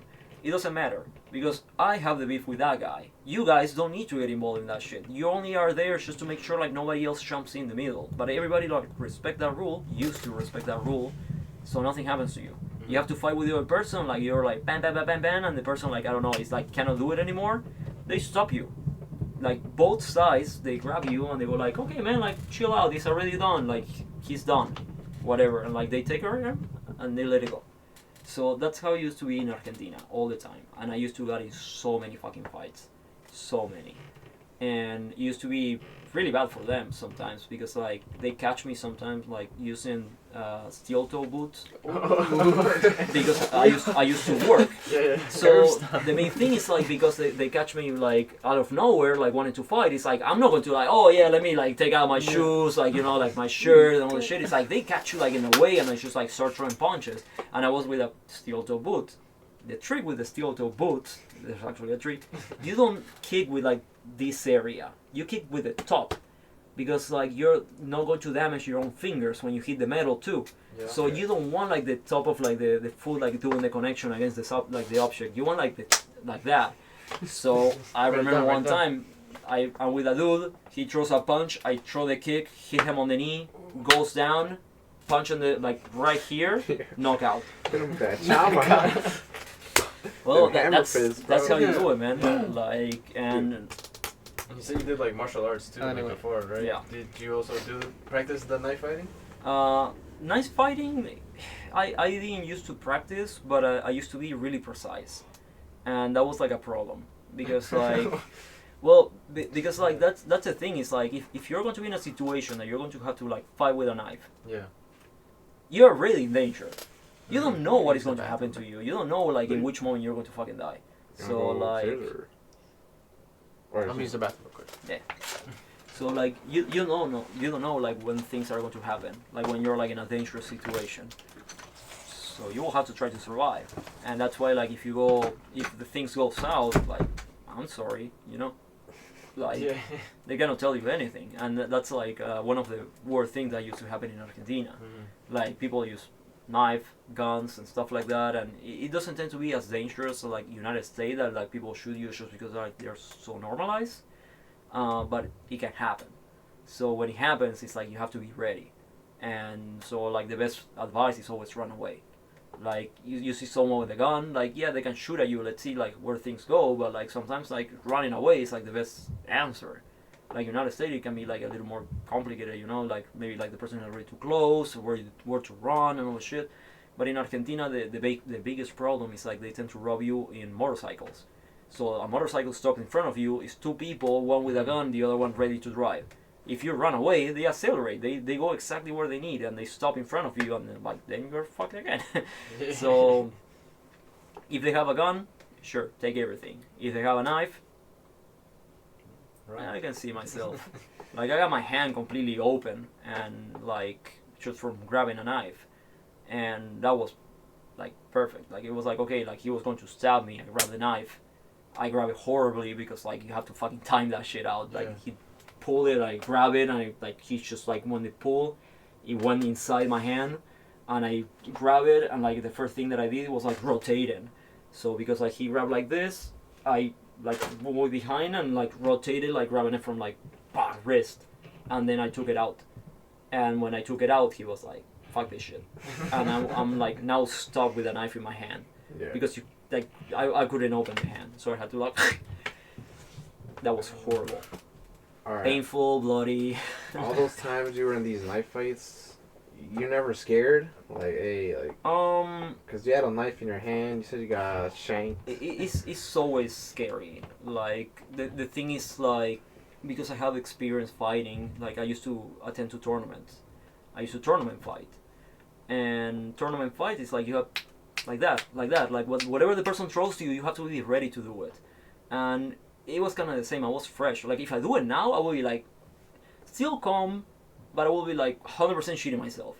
Like, I will prefer 100% to, like, running away. But, like, back then, that I was, like, more sharp, like, better reflex and all the stuff, it was, like, okay, maybe I can do it. And that's something that, for sure, like, it used to happen back then. It was kind of like, okay, I can defend myself in these type of situations. I know I can do it. But at the same time, it's really fucking scary. You do the wrong moment, and also when you're younger, you're like more willing to like risk it. Like how many times you were like, I don't know, like 13, 14, like let's climb this like tree. Like I don't care if I fall from like the top. Yeah. For sure I'm going to be alive. And then when you start like seeing people dying and start understanding the concept of life and all this stuff, it's like, oh, I don't want to do this anymore. But the other thing is like something that I learned with time is like I'm extremely calm. Yeah. So no matter what happens, no matter like what is going on in front of you, you have to stay calm. And it's something that like it's really important for you to learn. Anybody should learn how to be calm in like horrible situations, because it doesn't help being shouting and like getting crazy and everything. I got like my best friend, for example, like she got like an epileptic attack in front of me, and I was like, okay, let's do this and that, and everybody was like freaking out, and I was like extremely calm. And I went like, okay, like give me some ice, like put it on the back of the head, like talk to the person, like make her laugh if you can, like, you know, like give me something to like I grab my seatbelt, I put it on the mouth so like she doesn't like bite her own tongue. And it was like, okay, let's do as much as I can in the moment. And it really helped it. Yeah. But like everybody freaking out, don't know what to do, like it's worst. And I saw it sometimes in like concerts in the United States, like people passing out in front of them, everybody just like open up and looking, or sometimes like taking out their phones. It's like, dude, that's horrible.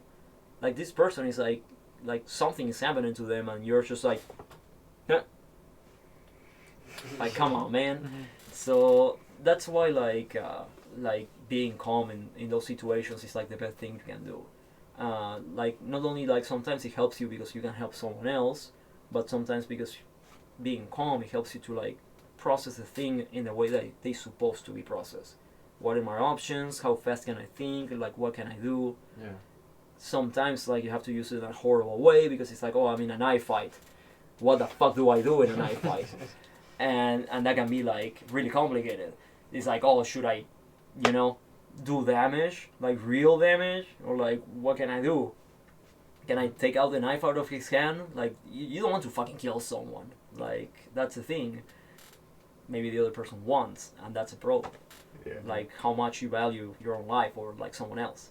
And I love how like this has so much to do with tattoos. Nah, I think that's interesting. You Yeah. know, but it all like I said, we talk about whatever. Yeah. Learn precision. Yeah. Yeah. I mean, Translated over I'm to still tattoos. kind of cutting people somewhere. I'm putting shit inside their bodies, you know, like on the in the I have ink and a all that. tattoo question. Would you tattoo someone's like, because you know how people tattoo hairlines? Yeah. They're bald. Would you do that? No, I don't. No. Like you actually need special tools for that. Yeah. You need to do more like makeup than anything else. What if you did like a design? Then I'm not doing like the hairline. Like if I have to do like hairline, I wouldn't do it. If I have to do like some crazy design on someone's head, I will definitely do it. Like But I it's in the shape of a hairline. Because I think the one you're talking about was a bunch of dots. Yeah. yeah, no, like the bunch of Yeah. that you need special tools. Mm. That's like something 100% like you need someone special to do that shit. You cannot go with anybody. You need like the needle has to be special, the ink has to be special, everything is like really precise. But then for like doing like design like hairline style, I see a lot of people doing it. There's some people that actually like shave their heads to get it tattooed so later like it grows and they can hide it. So it's so weird, but it looks kind of cool. I'm not going to deny it. Ex-co-worker of mine, she has like her entire like back here tattooed, and you can see it even with her hair, and it's like dope. What Like if someone wants the Shikamaru hairline from Naruto? Oh, hell no. Man, I don't know in there. Yeah, I mean, You're good. yeah, you're cooked at that point. I got so many people going like some weird shit just because it's like anime related, and they come to me and it's like, oh man, this is an anime, like you should be able to do it. And it's like, dude, this is like a tribal tattoo, like what the fuck? This is like a character in your like manga getting like a tribal, like he has a tribal and I have to do it. It's like I'm not tattooing anime related thing. Like yes, anime related, but like this is a tribal. This is like something completely different. Yeah. But people want that, like whatever. I do it. How much would JoJo Star cost? Because I might get that. You know what I mean? The minimum, like stuff like that. Normally, like minimum of the shop is like 100 Like what? always. But it's like everywhere you go. Yeah. Like if you're in Chicago, it's going to cost you 100. So that's like another thing. If you have to pay more than that, sometimes it's like, I don't know, man. can be Getting really robbed. weird. Getting Yeah. robbed at that point. Yeah. But all right, so we're almost at the 3-hour mark. Damn. So like I said, we just be talking, you know. Mhm. But is there anything you want to promote or any last comments or anything you want to tell the people? Right now it's live, but you know, for YouTube, for those who Yeah. watch. Follow my OnlyFans now. I'm calling it. There you It's like Man, anchors. You can see the spot getting like tattooed. No, I don't have OnlyFans for now. Maybe one day. Who knows? I know people get good money there. No, I don't know. Whatever. Like I really give a fuck about my Instagram account, like business and all the stuff. It's like if you like my shit, you like it. If you don't like it, you don't like it. It's good. I appreciate it. Like people checking it out for sure. Like Berserk, like _AYT. But like at the same time, like I'm fine. Like I like the clients that I have. I like people. I like being one-on-one, doing connections with them. Like for me, that's important. If like things go viral, I'm still going to try to do that. Like I'm not for the money. I'm for the fun. Yeah, that's good. All right. Last question from Danny before we go. He said, "How do you feel about Roman numeral tattoos?" Oh, I done those like a bunch of times. Actually, I was retouching some like lettering on some client today. I do everything. That's the thing. Is like mentioning like what I was like just saying is I like working with people. Like I like having a good time. I like everybody like being happy and all the stuff. And sometimes like I highly appreciate people coming in just because like I don't know, they see the skill and they actually like the tattoos come up like nicely, and I don't care all the subject. It's like, oh, you want to get like Roman numerals, you want to get like I don't know, like a single line, you want to get like a woolly script, whatever, like my daughter draw, whatever. Like I do it, and I will try to do it like the best possible that I can, or like it's possible just for like the size and all the stuff, just because I like that. I like people trusting me, something that is going to be permanent on their body. And I feel like that's something that a lot of people forget about. Like a lot of tattoo artists and clients too sometimes. It's like this is permanent on your body. I even remember the band that I was like, I remember the music that I was listening during my appointments. And I bet like a lot of people also remember those things.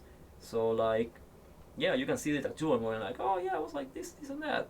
So I like that being part of the experience. Sometimes like I spend like 30 minutes talking with my clients instead of like actually tattooing, and then like they love it. They actually love it. It's like they continue coming back, and it's like, oh man, if you're going with him, he's going to be talking for sure. Like you're going to have an amazing time. And a therapy session. yeah, I mean like I did psychology on studies, and like I have like a passion project, so like I like hearing people talk, like hearing things and all the shit. Sometimes it's gonna be bizarre when like some like weird things happen, that's for sure. Like I got people like finding out like they cheated on them like during the appointment, and it's like, okay, fuck this noise. Like how do I fix this situation? Because like then they don't come back. The majority of the times like they get cheated on, they relate the tattoo with getting cheated, and that's why they stop liking the tattoo. And I'm like, fuck. And I can do a beautiful work or whatever. But for them, it's the day that they got cheated. So, oops. Yeah, definitely something. Yeah. All right. Any last words, anybody? Not really. I mean, you answered everything. So yeah. So like, comment, subscribe. We'll do more pod episodes. Shout out Scoob, Admin, Berserk. Have them again maybe in the future. And till next time.